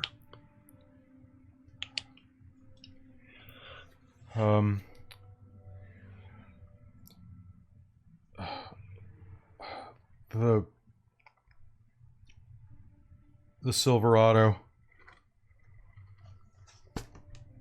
Can you find it, Mason? May I make a suggestion? What? Nora, what do you want to make a suggestion about? We're going to go deal with this guy. We're going to go kick his head in and just be You're done also with him. still on a job for the prince. That should be our main priority. I agree. Look, someone sold us out, okay? Someone's trying to We can find out who that lay is. us low. Why don't we tell our shadow what happened, give her the name, and she can pass it along to the prince? I Is she agree. supposed to even have any idea what we're It's supposed to- almost daytime. You guys are going to go to sleep, and we need to find another vehicle because they're going to find. We left a pretty big fucking mess there, so we got to get somewhere nearby soon and get a new vehicle, and somewhere for, or at least somewhere for you three to sleep. Yep, most certainly. We can deal with everything else after we figure that out, I think. In the very Then- least, we can probably get a hold of someone and let them know what the situation was. Yeah. Sleep it off and find a place to sleep, and then you guys can figure that shit out when you wake up tomorrow night. Are you sure you can take care of this guy with like having this guy around? I mean, What's he you're pretty going to bad at do, yourself, Leo? Mason. I can take care of him. You sure? Yeah, I'm sure. He's broken. What's he going to do? Who the hell knows? Then we'll deal with it as we deal with it, Leo. Hell, maybe he's got a place around town that we can crash. Yeah, actually, that's not a bad idea. Where exactly is your place? I've got a place. It's back there and off ravine, about 2 kilometers from Costco, out in the woods. On the other hand, when they hear about this shitstorm, they're going to be coming after. They're going to be going and checking on their guys anyway. Yeah, that's what I was going to say. We probably don't want to go to one of their locations. You know, there's enough logging roads around here. Maybe we just pull off on one of those. That's what you guys want to do. Yeah, do that. Oh, Mason, how long could you drive for before you get exhausted? I slept before coming out. I'm good for now, but one of you will probably have to drive tomorrow night. It's fine. Okay. I got it. Okay. All right. We should still keep going as far as we can get and not stop as much as possible. We should make space between us and this event Mhm. right now, for sure. All right. Yeah. Keep heading to Defino then. Yeah. All right. So as you start to settle down for the day sleep, crawling into your places, making sure that this biker is completely bound up, Mm-hmm. you go into your places, your hidey holes, and wait for dawn to kill you again. Mason, you keep driving. It's Getting probably above- only, what, another, like, couple About- hours? About 2 hours from here. Yeah. In the distance, you hear police sirens. And as you Oh, no. veer ever west along the road to Defino, and sun begins to creep over the horizon, Mason, you swear, in the hills behind you, in the glare of the sun that still makes your eyes feel leaden and stingy, there's a car following you at such a safe distance. But we'll find out who that might be next time on Victoria by Night. So that's going to be it for this session, guys. Go ahead and take 4 experience points because that was fun. Did you guys have fun in that combat? Yeah. How much Yes. experience are we up to now? That's going to be Brutal. 15 total. Hooray. Yep. Oh. And Could what I not would... wait to get that wig off. It's so itchy. That's okay.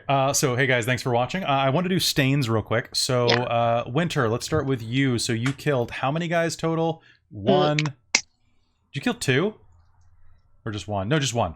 Just Okay. one. So, all right. So you need to roll me the difference between your humanity and your stains. Okay, so my humanity is. So how many empty spots do you have?